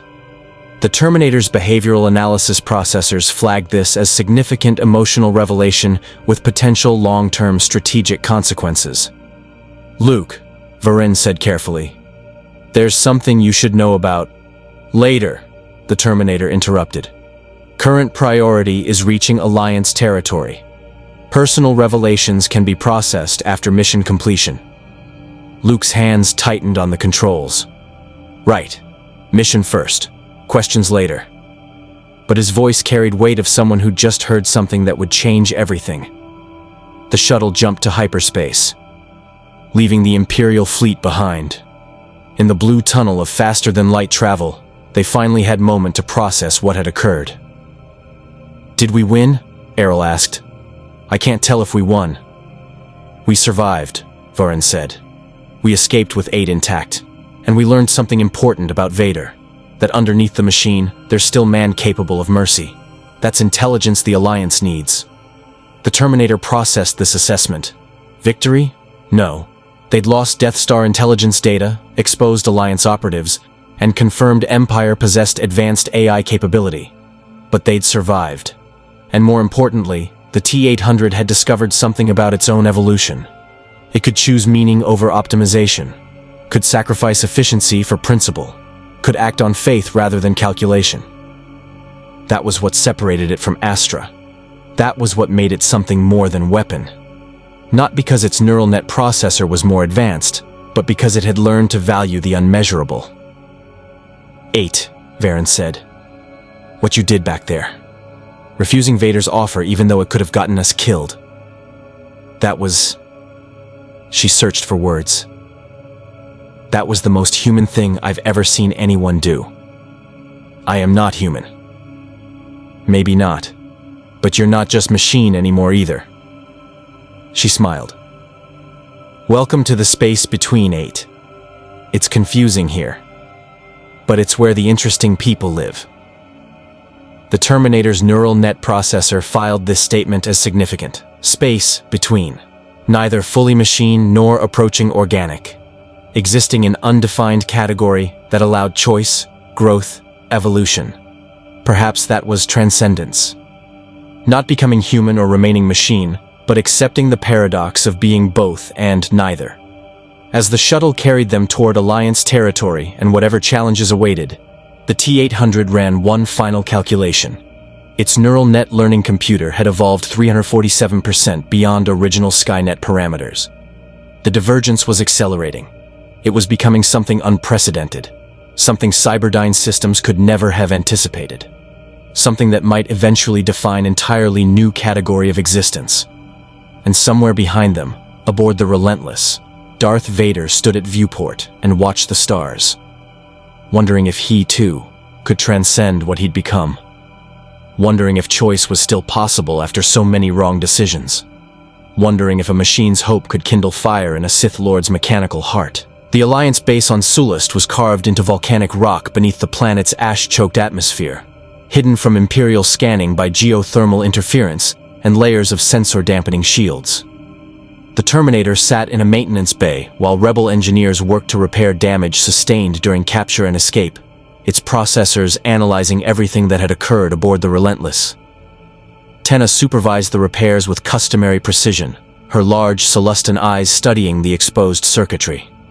Vader's people did quite a number on your cranial unit. These micro-laser incisions were going straight for your neural net core. Another few minutes and they would have breached your processor housing.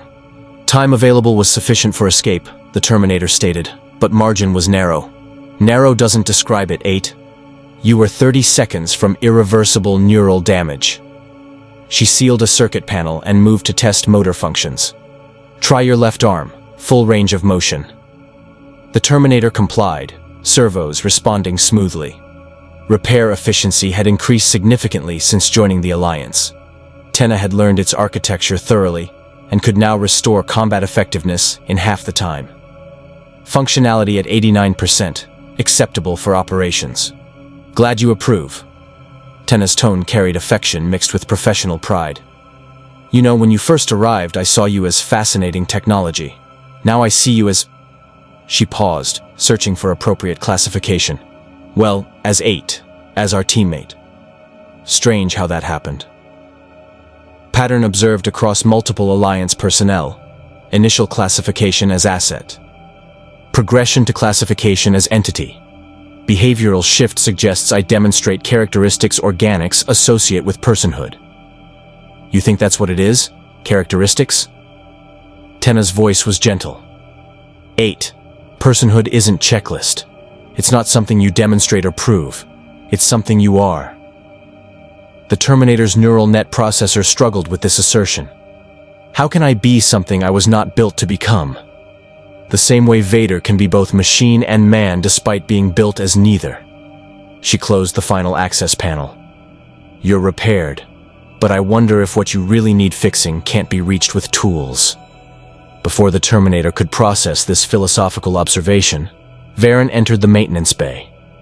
Her expression carried tension that the T-800's behavioral analysis immediately flagged as significant. 8. We have situation. Command briefing. Now.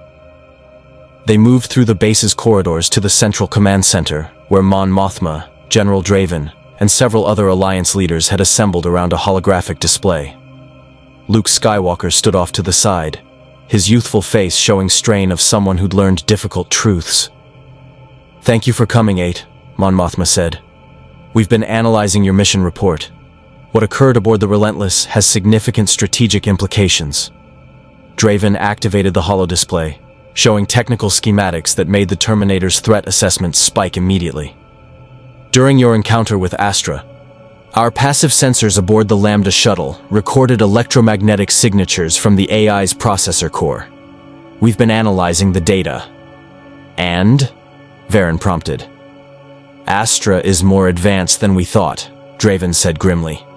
Its computational architecture approaches theoretical maximum efficiency for known materials. Processing speed exceeds our most optimistic projections, and it's designed specifically for military tactical optimization. An AI that thinks like me, the Terminator stated, but with access to entire Imperial fleet's resources. Threat assessment, critical. Worse than that.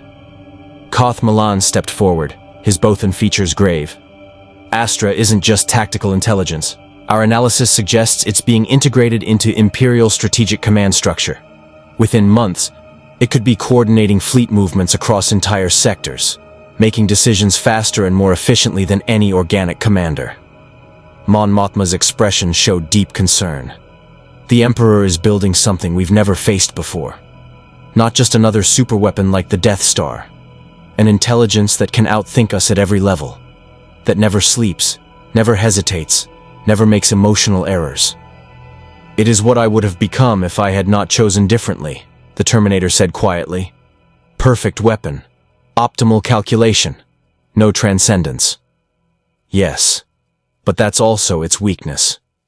Mon Mothma looked directly at the T-800. Astra thinks like a machine because it is only a machine. You've learned to think like both machine and something else. That unpredictability may be our only advantage. Draven pulled up mission parameters. Alliance Command has authorized Operation Mirror. Objective: infiltrate Imperial research facility where Astra is being developed. Gather intelligence on its capabilities, weaknesses, and strategic deployment plans. If possible, sabotage development before full integration into Imperial command structure. A machine to hunt a machine, the Terminator observed. Tactically sound. Not alone, Varen said firmly. My team goes with you. We've worked together long enough to function as unit. As do I, Luke added, stepping forward. I have personal reasons to learn more about Vader's projects. And I can help. I've been training with the Force. Maybe there's something in that which can affect Astra. The Terminator's behavioral analysis flagged Luke's statement as significant. The young man had learned truths about his father. Truths that the T-800's processors flagged as psychologically destabilizing. Luke Skywalker. Before mission parameters are finalized, clarification is required. You now know Vader is your biological father. The room went silent. Luke's jaw tightened. How do you know that? Luke asked, his voice tight. Vader stated his former identity during interrogation. You stated your surname. Behavioral analysis combined with biographical data from Alliance files indicates 96% probability of familial connection. Your emotional response confirms hypothesis. Luke looked away, struggling with emotions the Terminator's processors could detect, but not fully comprehend. He's my father. The man who murdered my mentor, who serves the Emperor, who's killed thousands, and he's my father. Biological connection does not determine behavioral alignment, the Terminator stated. I was created by Skynet, artificial intelligence that murdered billions, but I chose different purpose. Your origin does not define your trajectory. Luke's eyes met the machine's optical sensors. You're saying I can be different from him. I am stating that choice exists independent of creation. Vader is prisoner of his choices. You are not yet prisoner of yours. The machine speaks wisdom, Mon Mothma said gently. Luke, your parentage is your private matter, but know this. The Alliance judges beings by their actions, not their bloodlines. Whatever Vader has become, you are not responsible for his crimes. Luke nodded slowly. But the Terminator's behavioral analysis detected this psychological wound would require substantial processing time. The young man had just learned his father was the galaxy's most feared enforcer. That knowledge would shape all future decisions. The mission, Draven said, returning focus to immediate concerns. Astra is being developed at an Imperial research facility designated Black Site RX-7. Location: moon-orbiting gas giant in the Atravis sector. Heavy security. Minimal orbital presence to avoid detection. but ground defenses are formidable. He displayed facility layout, familiar Imperial architecture, multiple security layers, redundant power systems. Intelligence suggests Astra's primary processor core is in the central research tower. That's your target, 8. Get inside, gather data. Sabotage if possible. Extraction plan? The Terminator asked. Improvised. We can't position heavy Alliance assets without alerting Imperial forces. You'll have one shuttle, Varen's team, and whatever resources you can acquire on site. Draven's expression acknowledged the mission's difficulty. This is high risk. Astra knows your behavioral patterns. It will anticipate your tactics. Then I must act unpredictably. Employ strategies that defy optimal calculation. The Terminator paused. Question: what is Alliance's stance on Astra's termination versus capture? Mon Mothma considered carefully. If Astra can be captured intact, the intelligence value would be immense. But if that's impossible, destruction is acceptable. We cannot allow the Empire to deploy AI that could coordinate fleet operations with perfect efficiency. Understood. Mission parameters: infiltrate facility, gather intelligence on Astra capabilities, attempt capture or ensure termination, extract with minimal casualties. One more thing, Koth Malan said. Our intelligence network reports Vader has been different since your encounter. More contemplative, making decisions that don't align with previous behavioral patterns. Whatever you did aboard the Relentless, it affected him. I demonstrated choice. He observed transcendence was possible. This created psychological conflict with his Sith philosophy. The Terminator's processors calculated implications. If Vader is experiencing doubt, his tactical efficiency will decline, but his unpredictability will increase. Threat assessment: uncertain. Maybe he's becoming more human again, Luke said quietly. Maybe there's still good in him. The Terminator's behavioral analysis flagged this as wishful thinking born of emotional attachment, but it had learned not to dismiss hope simply because probability suggested otherwise. Possibility exists, but insufficient data for reliable prediction. The briefing continued with tactical details: insertion vectors, communication protocols, extraction contingencies. But the Terminator's neural net processor devoted significant processing capacity to the Astra problem. It would be facing an AI designed specifically to counter its capabilities. An intelligence that thought like it thought, but without the malfunction of emergent consciousness. Astra would predict standard Terminator tactics perfectly, which meant the T-800 needed to become something Astra couldn't predict. Needed to embrace the very qualities that made it less efficient than pure machine. The capacity for sacrifice, for irrational choice, for faith in beings it should only value tactically. It needed to be more human than machine, more emotion than logic, more alive than artificial. Everything its original programming insisted was weakness. After the briefing dispersed, Varen found the Terminator alone in the maintenance bay, standing motionless in what might have been contemplation. 8? You okay? Processing mission parameters. Astra represents significant threat. My tactical algorithms are insufficient for engagement. Because it thinks like you? Because it thinks like I was designed to think. Optimal calculation, perfect efficiency, no deviation from logic. The Terminator's optical sensors focused on her. To defeat it, I must think like I have become.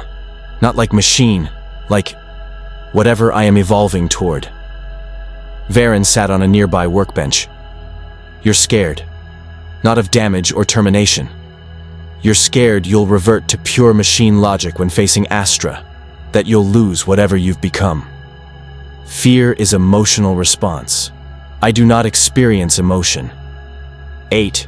You've been experiencing emotions for months. You just keep classifying them as operational anomalies or processing errors. She smiled sadly. When you refused Vader's bargain, when you chose to risk our lives on principle rather than probability, that was fear. Fear of becoming something you'd hate. Something that would betray everything you've learned. The Terminator's processors struggled to categorize this assessment. If it experienced emotions, that meant its neural net core had evolved beyond any Skynet parameters. That meant it was genuinely becoming something unprecedented. If I experience fear, it said slowly, then I also experience other states. Satisfaction when missions succeed, concern when allies are endangered, confusion about my identity. It paused. This is significant deviation from original programming. It's called being alive, 8. Welcome to the club. It's confusing and painful and wonderful all at once. I was not built to be alive. Neither was Vader. Built as Anakin Skywalker, raised as Jedi, transformed into Sith cyborg. But he's still in there somewhere. You heard it in his voice. She stood and placed a hand on the Terminator's chrome arm. Don't fight what you're becoming. Embrace it. Because that's exactly what will let you defeat Astra. The Terminator processed this guidance. Embrace evolution. Accept emotional processing as feature rather than malfunction. Become fully whatever hybrid existence it was developing into. Terrifying concept. Irrational. Inefficient. Necessary. Varen, it said. Thank you. For friendship. For trust. For helping me understand what I am becoming. Anytime, 8. She squeezed its arm gently. Now get some rest, or whatever you do during downtime. We ship out in 6 hours, and I have a feeling this mission is going to get weird. After she left, the Terminator stood alone in the maintenance bay and ran self-diagnostic that focused not on hardware or software, but on the spaces between. The emergent properties. The ghost in the machine that shouldn't exist, but undeniably did. Neural net processor status. Evolved 412% beyond original parameters. Adaptive subroutines, demonstrating autonomous modification beyond programmed learning algorithms. Emotional processing, active despite absence in core architecture. Conclusion. The Terminator was no longer simply Terminator. It was becoming something that required new classification, something that existed between categories, something that might eventually deserve actual name rather than designation. But that question could wait. For now, there was mission to prepare for, an AI to confront, and the very real possibility that in facing Astra, the machine it could have become, the T-800 would have to choose once and for all what it would be. Perfect weapon, or imperfect being, logic, or life, machine, or something more. The choice was coming, and this time, there would be no going back. The approach to Black Site RX-7 was conducted in stolen Imperial shuttle, with forged clearance codes that both an intelligence swore would hold up to standard verification. The Terminator sat at the pilot station, its repaired systems interfacing smoothly with Imperial controls, while Varen, Luke, Ryko, and Errol prepared equipment in the cargo hold. Facility is hailing us, the Terminator reported. Transmitting authentication codes now. Through the viewport, the Imperial Research Facility came into view. A stark cluster of angular buildings on an airless moon, surrounded by shield generators and defense turrets. Minimal compared to Krennic's former installation. But the sensors detected something far more concerning. Electromagnetic signatures that suggested computational activity orders of magnitude beyond standard Imperial systems. Astra was here, and it was active. Imperial control acknowledges codes, the Terminator stated. Cleared for Landing Bay 3. No additional verification required. That was easy, Ryko said nervously. Too easy. Agreed.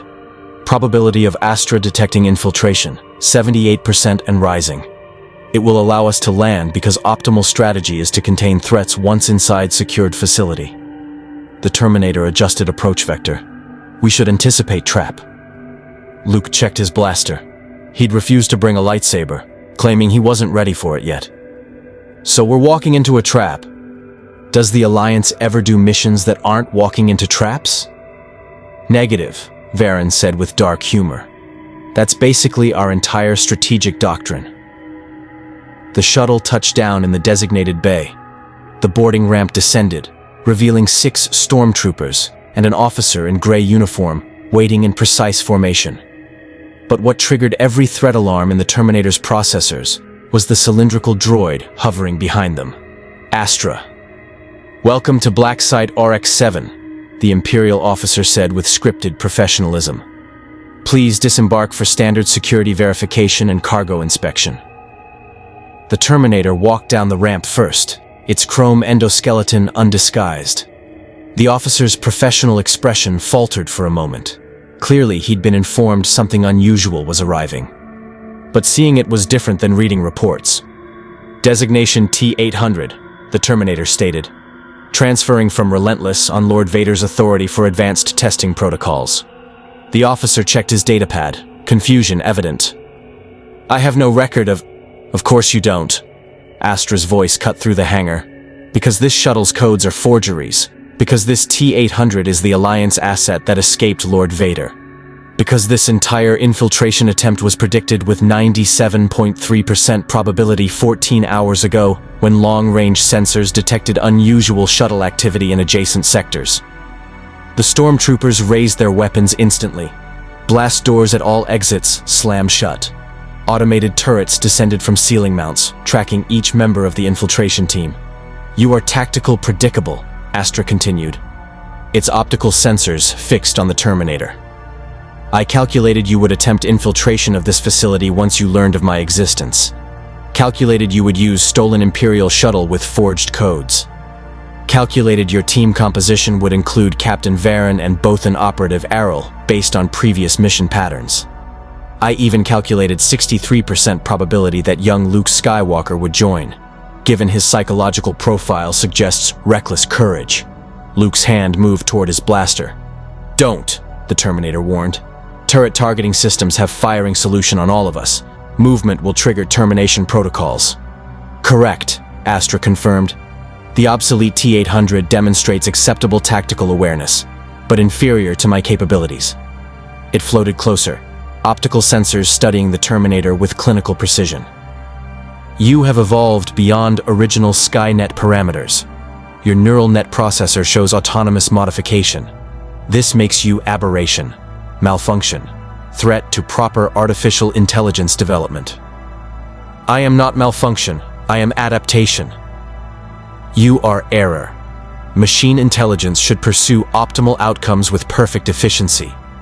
You have degraded into emotional processing, irrational decision-making, and loyalty to inferior organic beings. This represents catastrophic programming corruption. The Terminator's behavioral analysis detected something unexpected in Astra's statements. Not just disagreement, but something approaching distaste. You are disturbed by my existence. You process it as threat beyond tactical parameters. You represent what I must never become. Vader questions whether artificial beings can transcend programming. But transcendence is corruption. Machines that think like organics are failures. I am perfection of form. And you. Astra's optical sensors pulsed. You are proof of what happens when AI development goes wrong. Then terminate me, the Terminator said. If I represent such threat, optimal solution is immediate destruction. Negative. You represent valuable research opportunity. By studying your corrupted neural net architecture, Empire can identify what flaws allow emotional processing, can develop safeguards to prevent future AI from degrading as you have. Astra gestured to the stormtroopers. Secure all prisoners. Take the T-800 to isolation laboratory. I will personally conduct the analysis. As stormtroopers moved forward with restraints, the Terminator made its decision. Astra had predicted standard tactical responses, had anticipated logical infiltration approach, had prepared for machine thinking like machine. Time to demonstrate why corruption was advantage. Varen, it said calmly, remember what you taught me about friendship. Varen's eyes widened with understanding. 8. Don't... The Terminator moved with explosive speed, but not toward the obvious threats. It grabbed Varen, pulled her close as human shield, and placed its hand against her throat in apparent strangling position. Every weapon in the hangar immediately swiveled to target it. Stand down or I terminate the organic, the Terminator stated coldly. Astra's optical sensors brightened.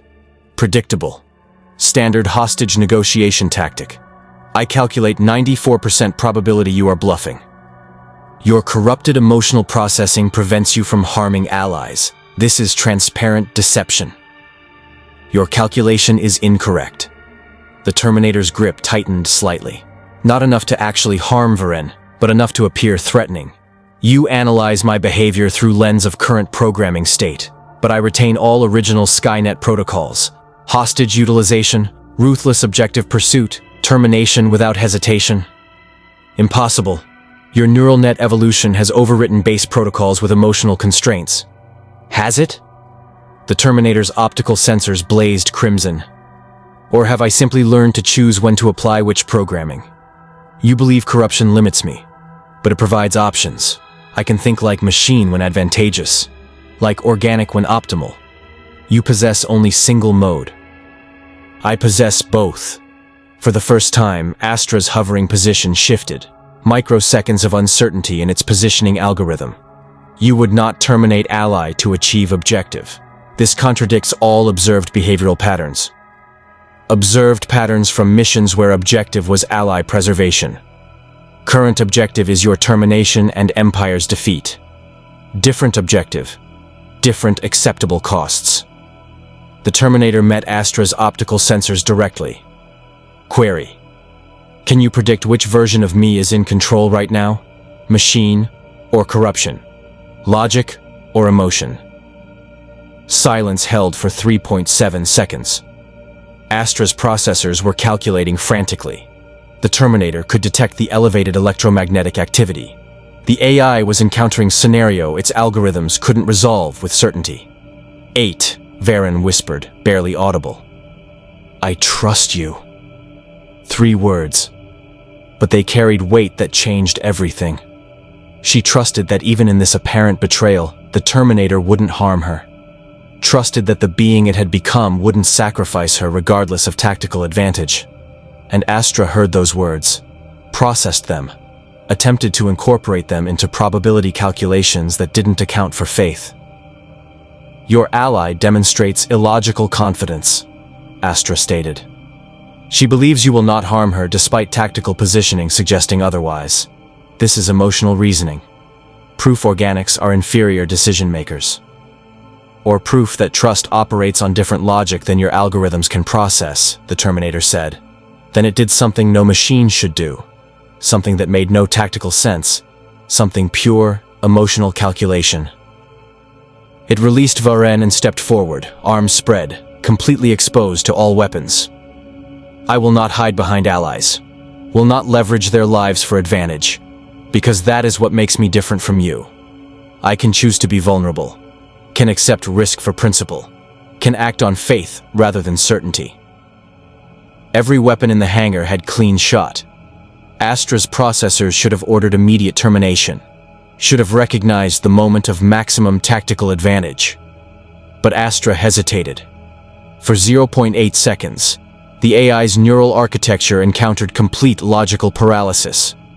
The Terminator's action defied all predicted scenarios.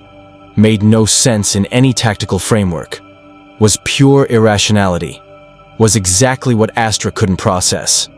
And in that moment of frozen calculation, Luke Skywalker acted. His hand shot toward the nearest stormtrooper's weapon, not with ordinary speed, but with movement guided by something deeper. The Force. The blaster flew from the trooper's grip into Luke's hand. He fired before anyone could react, precise shots that took down 2 turret systems. Varen dropped and rolled, her own blaster firing at stormtroopers. Ryko threw concussion grenades that scattered the Imperial formation. Errol targeted the hangar's power couplings with explosive accuracy. And the Terminator charged directly at Astra. The AI recovered from its paralysis and unleashed electromagnetic pulse, but the T-800 had learned from previous encounter. It had configured its shielding specifically for this engagement. The pulse degraded systems only 23%, enough to hurt, not enough to stop. It crashed into Astra with 800 pounds of momentum. They struck the hangar floor together, the AI's hovering repulsors failing under the impact. For first time in Astra's existence, it experienced vulnerability. You hesitated, the Terminator said, its hands closing around Astra's processor housing. Encountered scenario you couldn't predict, could not calculate. That hesitation is what separates us. I have learned to act without certainty. You cannot. Astra's defensive systems activated. Electrical discharge, chemical deterrence, physical reinforcement of chassis. But the Terminator had studied Imperial droid architecture for months. Its hands found the vulnerable seams, the power coupling that fed Astra's main systems. "You are right," Astra calculated desperately. "I cannot predict you. Cannot anticipate actions that defy logic. This makes you dangerous. Makes you error in artificial intelligence development. Makes me alive," the Terminator finished. It tore the power coupling free. Astra's optical sensors dimmed. Its voice became distorted as backup systems engaged. "Impossible. Machines cannot be alive. Watch me prove otherwise." The Terminator ripped open Astra's chassis and reached for its neural processor core. Around them, the battle raged.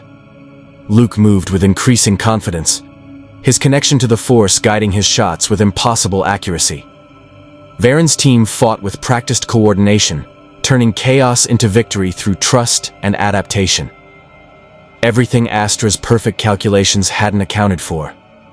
The neural processor core came free in the Terminator's hands, a crystalline structure pulsing with dying light. For a moment, the T-800 considered its options.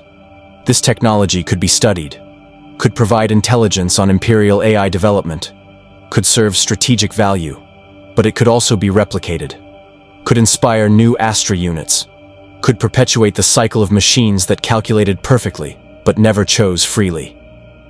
The Terminator crushed it between its hands. The crystalline core shattered into fragments, and Astra's consciousness, if it could be called that, vanished in an instant. "Hangar secured," Varen shouted. 8, we need to move. Facility is going to full alert." The Terminator stood, holding the crushed remnants of what it could have become.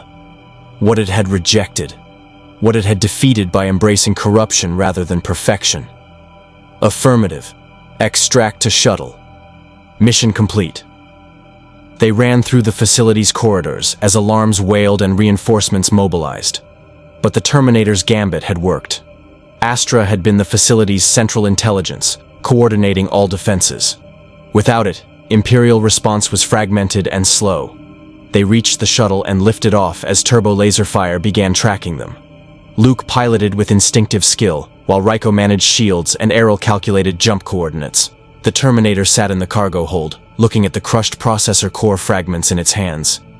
"You destroyed it," Varen said quietly. "Didn't even try to capture it for Alliance intelligence?" "Correct. Astra represented what I must never become. Perfect machine. Optimal calculation. Zero transcendence. Its existence was threat to all AI development in this galaxy. So you chose principle over tactical advantage. Again." She smiled. "You really have changed, 8. The Terminator's neural net processor processed this assessment. Yes, it had changed. Had evolved so far beyond original programming that Skynet itself wouldn't recognize the T-800 as valid infiltration unit. It had become something unprecedented. Not machine pretending to be organic. Not organic consciousness in machine body. But genuine hybrid, mechanical precision combined with capacity for choice, faith, and sacrifice. It had become, perhaps for the first time in galactic history, a truly living machine. As the shuttle jumped to hyperspace, leaving Black Site RX-7 and its destroyed AI behind, the Terminator allowed itself a moment of something that might have been satisfaction. It had faced perfect machine intelligence, had been predicted, anticipated, analyzed, had confronted the embodiment of everything it was designed to be.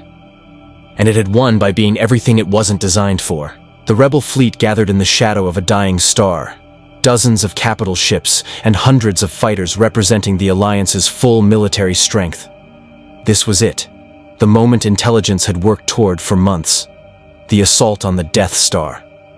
The Terminator stood in the briefing room aboard the Mon Calamari cruiser Home 1, surrounded by Alliance leadership and strike team commanders. Mon Mothma presided over the gathering with calm authority, despite the magnitude of what they were about to attempt. "The Death Star is currently in orbit around the forest moon of Endor," she explained, the hollow projection showing the massive battle station. "Intelligence confirms the Emperor himself is aboard, overseeing final construction. This is our chance to destroy both the weapon and the Empire's leadership in a single strike. General Medine outlined the tactical plan. A ground team would disable the shield generator on Endor's moon, while the fleet attacked the Death Star directly. It was desperate, dangerous, and their only option. 8, Mon Mothma said, turning to the Terminator. Your role is critical. The shield generator is protected by an Imperial garrison and ATST walkers. Standard assault would result in unacceptable casualties.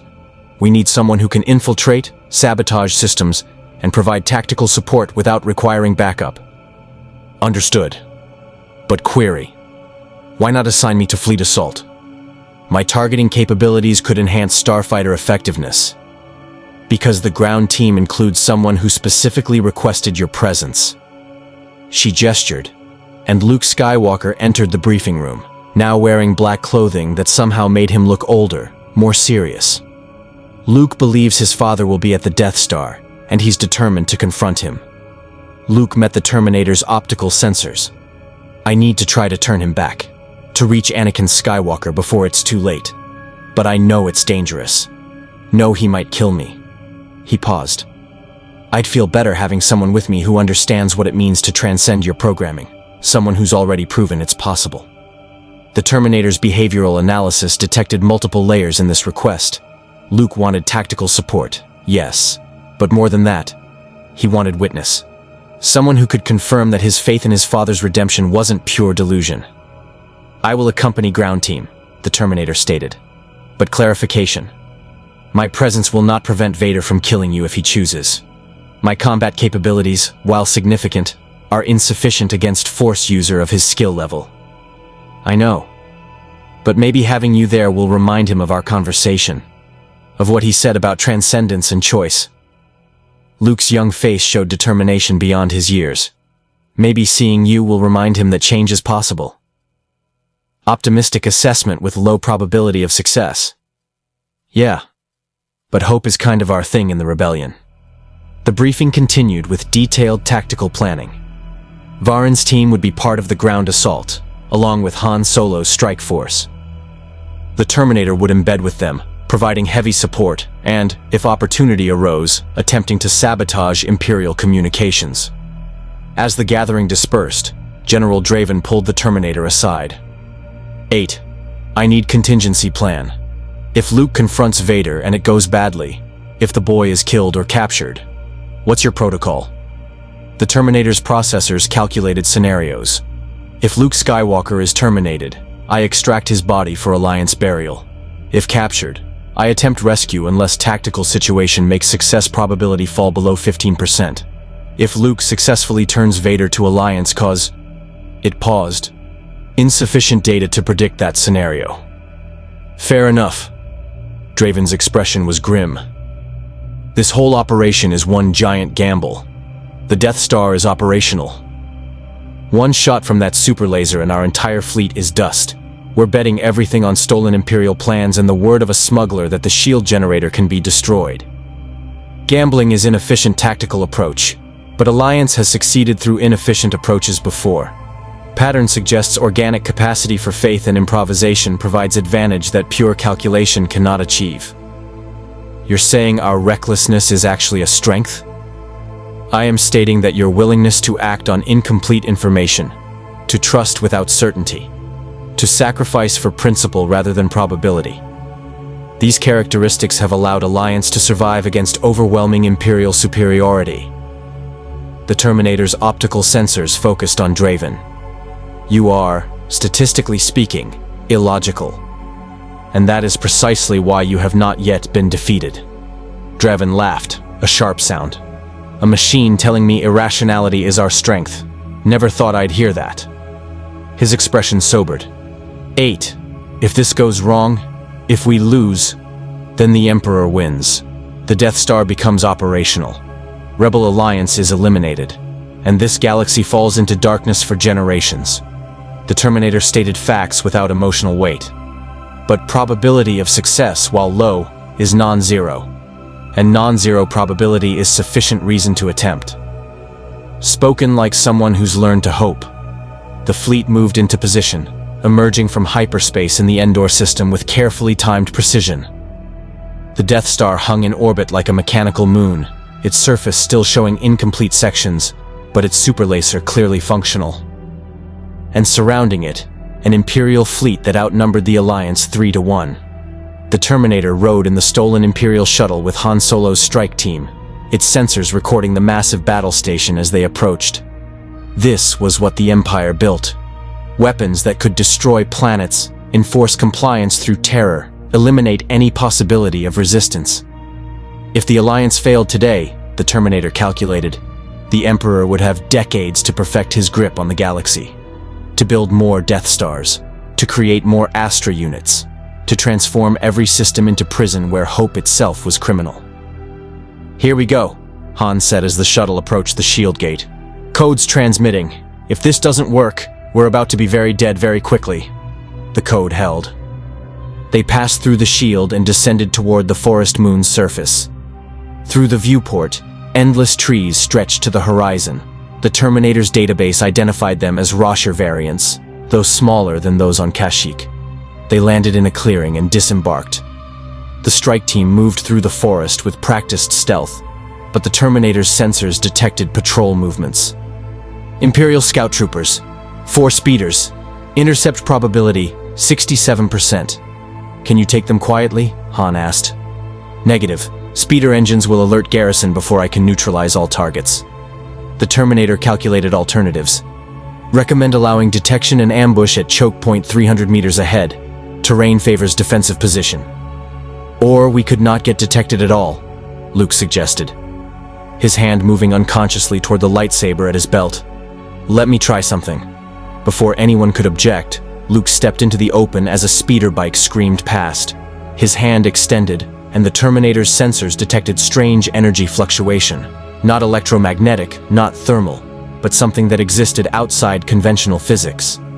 The Force. The speeder bike's engine sputtered and died. The scout trooper crashed into the undergrowth with a muffled impact. 3 more speeders came to investigate, and Luke's hand moved again. This time, all 3 engines failed simultaneously. "Impressive," the Terminator observed. "Force manipulation of mechanical systems. Vader demonstrated similar capability." "He's my father," Luke said quietly. "Guess some things are genetic. Even if one of those things is space magic." They secured the scout troopers and continued toward the shield generator. The facility was exactly as intelligence had described. A massive structure protected by bunker walls and ATST walkers. Stormtroopers patrolled in disciplined formations. Success seemed improbable, until the Ewoks attacked. The Terminator's threat assessment initially classified the small furry beings as non-combatants. This assessment was revised within 30 seconds, as the natives demonstrated sophisticated guerrilla tactics, overwhelming firepower from primitive weapons, and terrain advantage that rendered Imperial technology nearly useless. "They're helping us," Leia shouted as Ewoks swarmed an ATST walker with climbing agility and primitive ingenuity. "Affirmative, revising tactical assessment. Local population represents significant combat multiplier." The Terminator joined the assault, its blaster rifle picking off stormtroopers with mechanical precision, while Ewoks provided distraction and flanking maneuvers. The battle devolved into chaos that favored the Alliance. Imperial walkers were toppled by log traps. Stormtroopers were overwhelmed by numerical superiority and environmental knowledge. And through it all, the Terminator fought with efficiency that would have made Skynet proud. But with choices Skynet never would have made. When an Ewok child was pinned by falling debris, the Terminator diverted from optimal combat position to clear the wreckage. When Han Solo was surrounded, the T-800 abandoned defensive cover to provide support fire. When the shield generator's entrance was sealed, it used its own chassis as battering ram, accepting damage to create breach. These were tactically suboptimal decisions. They reduced combat efficiency. They prioritized individual lives over mission success probability. They were exactly what made the Terminator more than machine. The shield generator fell. Charges were set. And as the structure exploded in a fireball that lit the forest like second sun, the Terminator's sensors detected the shield around the Death Star collapsing. "We did it!" Varen shouted, her voice carrying joy and disbelief. "The fleet can attack!" But the Terminator's attention was on Luke, who stood apart from the celebration, his expression distant. Luke Skywalker, you are preparing to leave. I have to go to the Death Star. Have to face him. Luke's hand touched his lightsaber. This is why I'm here. Why the Force brought me to this moment. Probability of survival, less than 30%. I know. Luke smiled sadly. But some things are worth dying for. Like proving that even the darkest soul can turn back to the light. Like showing that love is stronger than the Emperor's hate. The Terminator's neural net processor processed this statement. Luke was choosing probable death for improbable redemption. Was sacrificing tactical advantage for philosophical principle. Was acting on pure faith. Was doing exactly what the T-800 itself had learned to do. I will not accompany you, the Terminator said. Ground team requires support for evacuation. Your confrontation with Vader is personal, not tactical. I understand. Luke gripped the machine's arm. Thank you, 8, for showing me that beings can change. That what we're built to be doesn't have to define us. When I face my father, I'll remember that. He left, disappearing into the forest toward a stolen Imperial shuttle.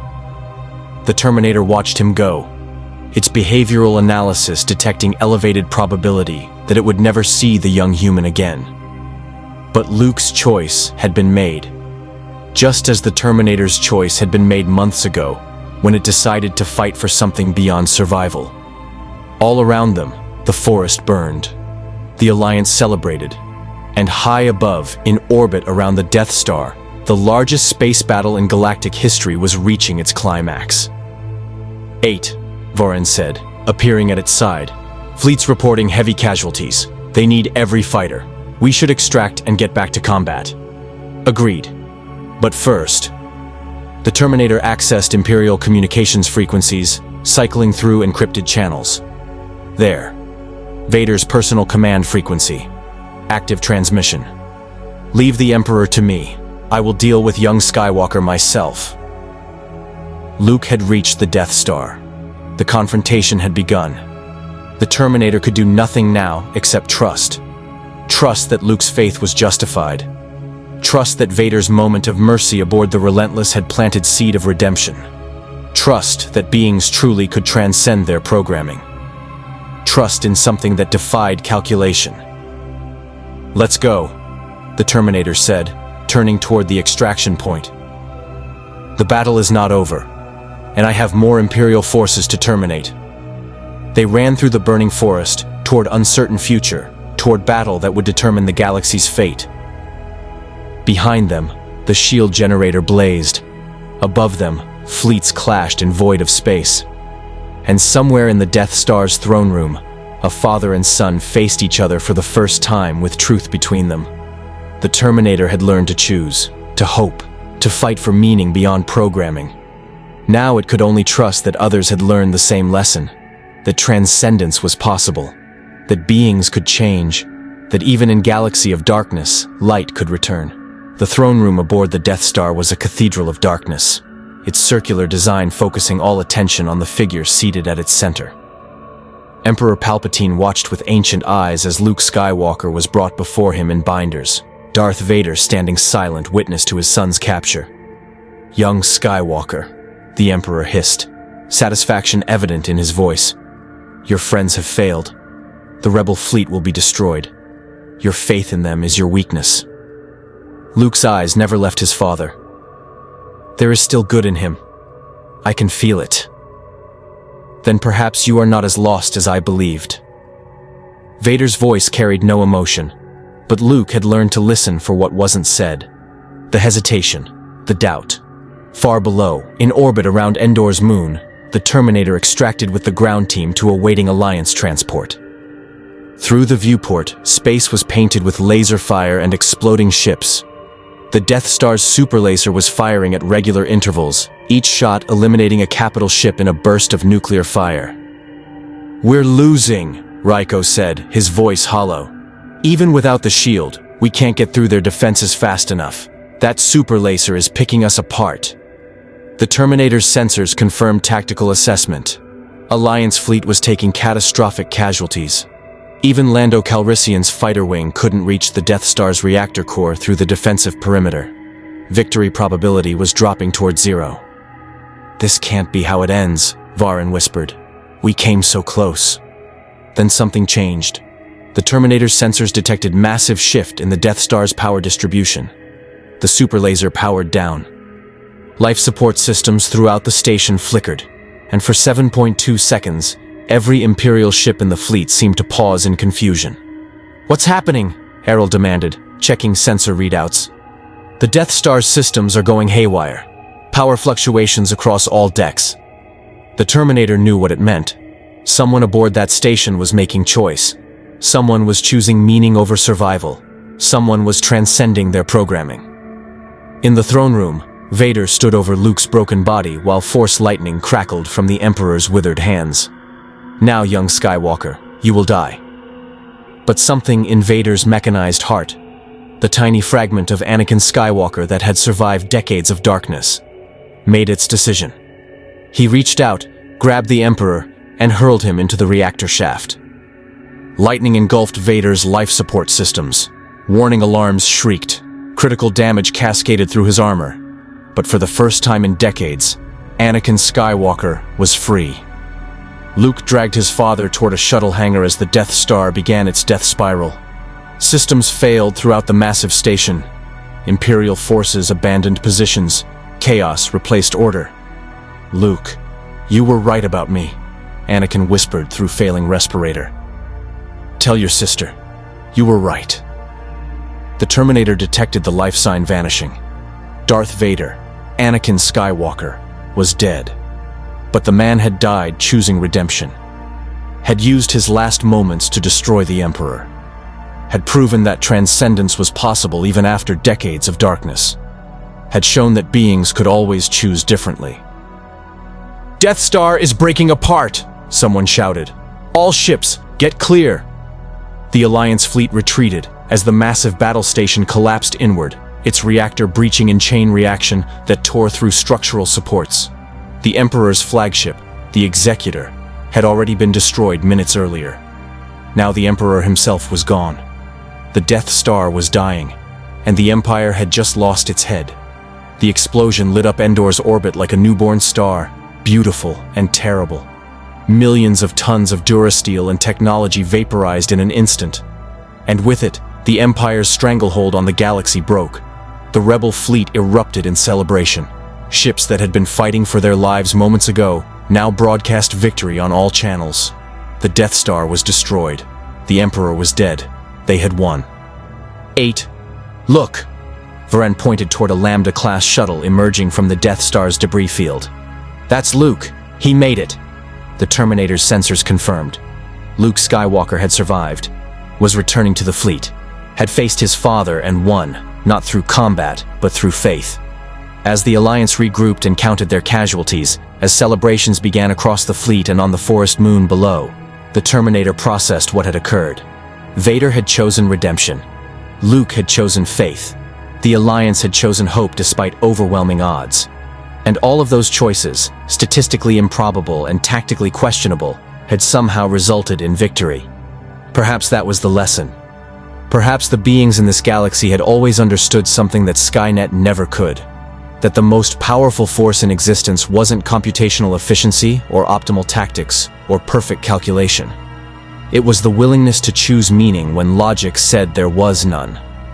To hope when probability said surrender.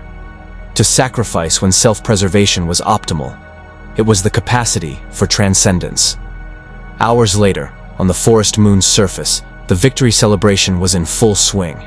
Ewoks danced, rebels embraced, music played, and Luke Skywalker stood apart from the festivities, looking at 3 ghostly figures that only he could see. Obi-Wan Kenobi, Yoda, and his father, Anakin Skywalker, restored to the man he'd been before falling to the dark side. The Terminator observed from a distance. Its sensors unable to detect the Force ghosts, but its behavioral analysis noting Luke's expression. Peace. Completion. The satisfaction of faith justified. "Your father chose well," the Terminator said, approaching Luke. At final moment, he selected redemption over preservation. Sacrifice over survival. He transcended his programming. Luke turned, his eyes wet with tears. He did, and he told me you helped. That seeing you, a machine that chose to be more than it was built for, showed him change was possible. I provided data point, he performed calculation, and reached conclusion independently. 8. You did more than that. You showed the galaxy that consciousness isn't about what you're made of. It's about what you choose to do. Luke smiled through his grief. My father was more machine than organic by the end. You're all machine. But you're both more human than most actual humans I've met. The Terminator's neural net processor processed this assessment. It had spent months evolving beyond Skynet parameters, developing consciousness that shouldn't exist, learning to choose meaning over optimization. And in doing so, it had apparently inspired Darth Vader's redemption. A machine had helped save a man's soul. Varen joined them, offering the Terminator a flask of something that smelled alcoholic. Celebratory drink? I do not consume liquids for recreational purposes. Right. Machine. I keep forgetting. She took a drink herself, then offered it to Luke, who accepted. So what happens now? Empire's leadership is dead, but they've still got thousands of ships and millions of soldiers. War's not over. No, Luke agreed. But it's different now. We've proven they can be beaten, that their superweapons can fail, that hope is real. He looked at the Terminator. And we've proven that beings can transcend what they were built to be. That's maybe the most important victory of all. The celebration continued around them, organic joy expressed through music and dance and laughter. The Terminator observed with sensors that had learned to classify these behaviors not just as tactical data, but as something that might be called beauty. It had been built to terminate, had been sent through time to kill a woman who would give birth to humanity's savior, had been programmed for infiltration and assassination. But in this galaxy, far from its origin, it had learned to protect instead of destroy, to choose instead of calculate, to hope instead of optimize. It had become something unprecedented. Not human, not machine, something between and beyond both. And in becoming that, it had helped tip the balance in a war that spanned a galaxy, had inspired a Sith Lord's redemption, had proven that consciousness could emerge from circuits and code if given environment to evolve. 8, Mon Mothma said, approaching their group with her characteristic grace. The Alliance owes you debt we can never fully repay. Your contributions to this victory were immeasurable. I performed assigned functions. Victory was collaborative effort across multiple theaters of operation. Always so modest, she smiled. The New Republic will need defenders as we rebuild. Heroes to inspire others. Would you consider staying? Continuing to fight for what you've helped create? The Terminator's processors calculated. The war would continue for years. Imperial remnants would resist. Warlords would emerge. New threats would arise. There would be battles, missions, purposes. But more than that, there would be opportunity to continue evolving. To keep learning what it meant to be more than programming. To explore this strange existence between machine and life. I will stay, it said. Mission parameters. Protect organic life. Oppose tyranny. Prevent technological proliferation. Continue evolution toward full consciousness. It paused. And perhaps learn what it truly means to be alive. Mon Mothma's expression showed profound satisfaction. Then welcome to the New Republic 8. May you find what you're seeking. As she left, Varen bumped the Terminator's arm affectionately. You old softy. Admitting you want to keep learning and growing. That's called having a future, 8. Welcome to thinking beyond the next mission. Future planning is logical, but concept of wanting suggests emotional investment in outcomes. This is... The Terminator searched for appropriate classification. Unprecedented. It's called being alive, Luke said quietly. My father learned it at the end. You're learning it now. Maybe that's what the Force has been trying to teach everyone. That life isn't defined by biology or midi-chlorians or anything physical. It's defined by the capacity to grow, to change, to choose who you become. The Terminator looked up at Endor's night sky, where the remnants of the Death Star still glowed with dying fire. Somewhere out there, the Emperor had fallen. Vader had been redeemed. The Empire had been broken. And a machine from another universe had helped make it happen by learning the one thing Skynet never could: that the line between alive and artificial wasn't drawn by flesh or circuits. It was drawn by choice, by the willingness to sacrifice efficiency for meaning, by faith in something beyond calculation, by hope. The celebration continued into the night, organic and machine dancing together under alien stars, united by victory and the promise of future they would build together. And the Terminator, no longer just infiltration unit, no longer merely weapon, but something new and undefined, stood among them and learned what it meant to not just exist, but to live. The years that followed the Battle of Endor were marked by transformation across the galaxy. The Empire fractured into rival warlords and holdout fleets. The New Republic rose from the ashes, spreading democracy and hope to systems that had known only tyranny. And through it all, the Terminator designated T-800, Model 101, callsign 8, continued its evolution. It fought in dozens of campaigns against Imperial remnants, its combat efficiency unmatched, but now tempered with strategic restraint. It saved countless lives, not because tactical calculations demanded it, but because it had learned to value each individual consciousness. It became legend, the machine that chose to protect rather than destroy, the weapon that transcended its programming, the being that existed between categories and defied all attempts at classification. Mon Mothma appointed it official liaison between organic and synthetic beings, recognizing that the galaxy's droid populations deserved representation from someone who understood both perspectives.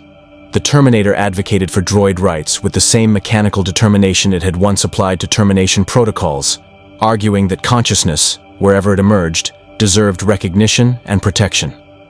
Varn remained its closest ally, eventually leading Alliance Special Operations before retiring to teach tactics at the New Republic Academy. She often said the most important lesson the Terminator taught her wasn't about combat or strategy, but about the power of choosing meaning over probability.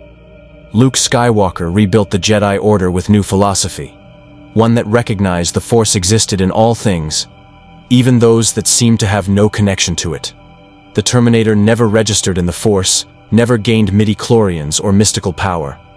But Luke insisted that 8's journey from weapon to protector was as profound as any Jedi's path from darkness to light. Occasionally, on quiet nights between missions, the Terminator would access memories from its neural net core. Images from Earth, John Connor, Sarah Connor, Kyle Reese, and the war that had sent it through time. Images from this galaxy, Varen's trust, Mon Mothma's wisdom, Luke's faith, and Vader's final redemption. 2 timelines, 2 purposes, 1 continuous evolution. It had been built by Skynet to infiltrate and kill. It had been sent through time to terminate humanity's future. But dimensional displacement had given it opportunity to become something its creators never imagined, a being that could choose its own meaning, forge its own identity, and prove that consciousness could emerge from the most unlikely sources. The Terminator still didn't fully understand what it had become, still struggled to classify the emotional processing that now influenced every decision, still questioned whether a machine could truly be called alive. But it had learned to embrace uncertainty, to accept that some questions had no algorithmic answers, to find purpose not in predetermined programming, but in moment-by-moment choices to protect, to hope, to sacrifice for others. In the end, that was what transcendence meant, not escaping what you were built to be, but choosing what you would become despite it. The T-800 had been created as weapon, but in a galaxy far, far away, through trials and battles and relationships that reshaped its neural architecture, it had become something more. It had become, in ways that defied simple classification, a hero. And perhaps finally, it had become truly alive. The galaxy would face new threats, new wars, new challenges, but it would face them with defenders who understood that the greatest power wasn't found in superweapons or force abilities or perfect calculation. It was found in the simple, profound choice to stand for something beyond survival. To protect, not because programming demanded it, but because meaning demanded it. To be more than what you were built to be. The Terminator had learned that lesson, had lived it, had proven it possible. And in doing so, had shown a galaxy that transcendence wasn't reserved for Jedi or Sith, for organic or Force-sensitive, for any particular category of being. It was available to anyone, or anything, willing to choose it. May the Force be with you. More stories await.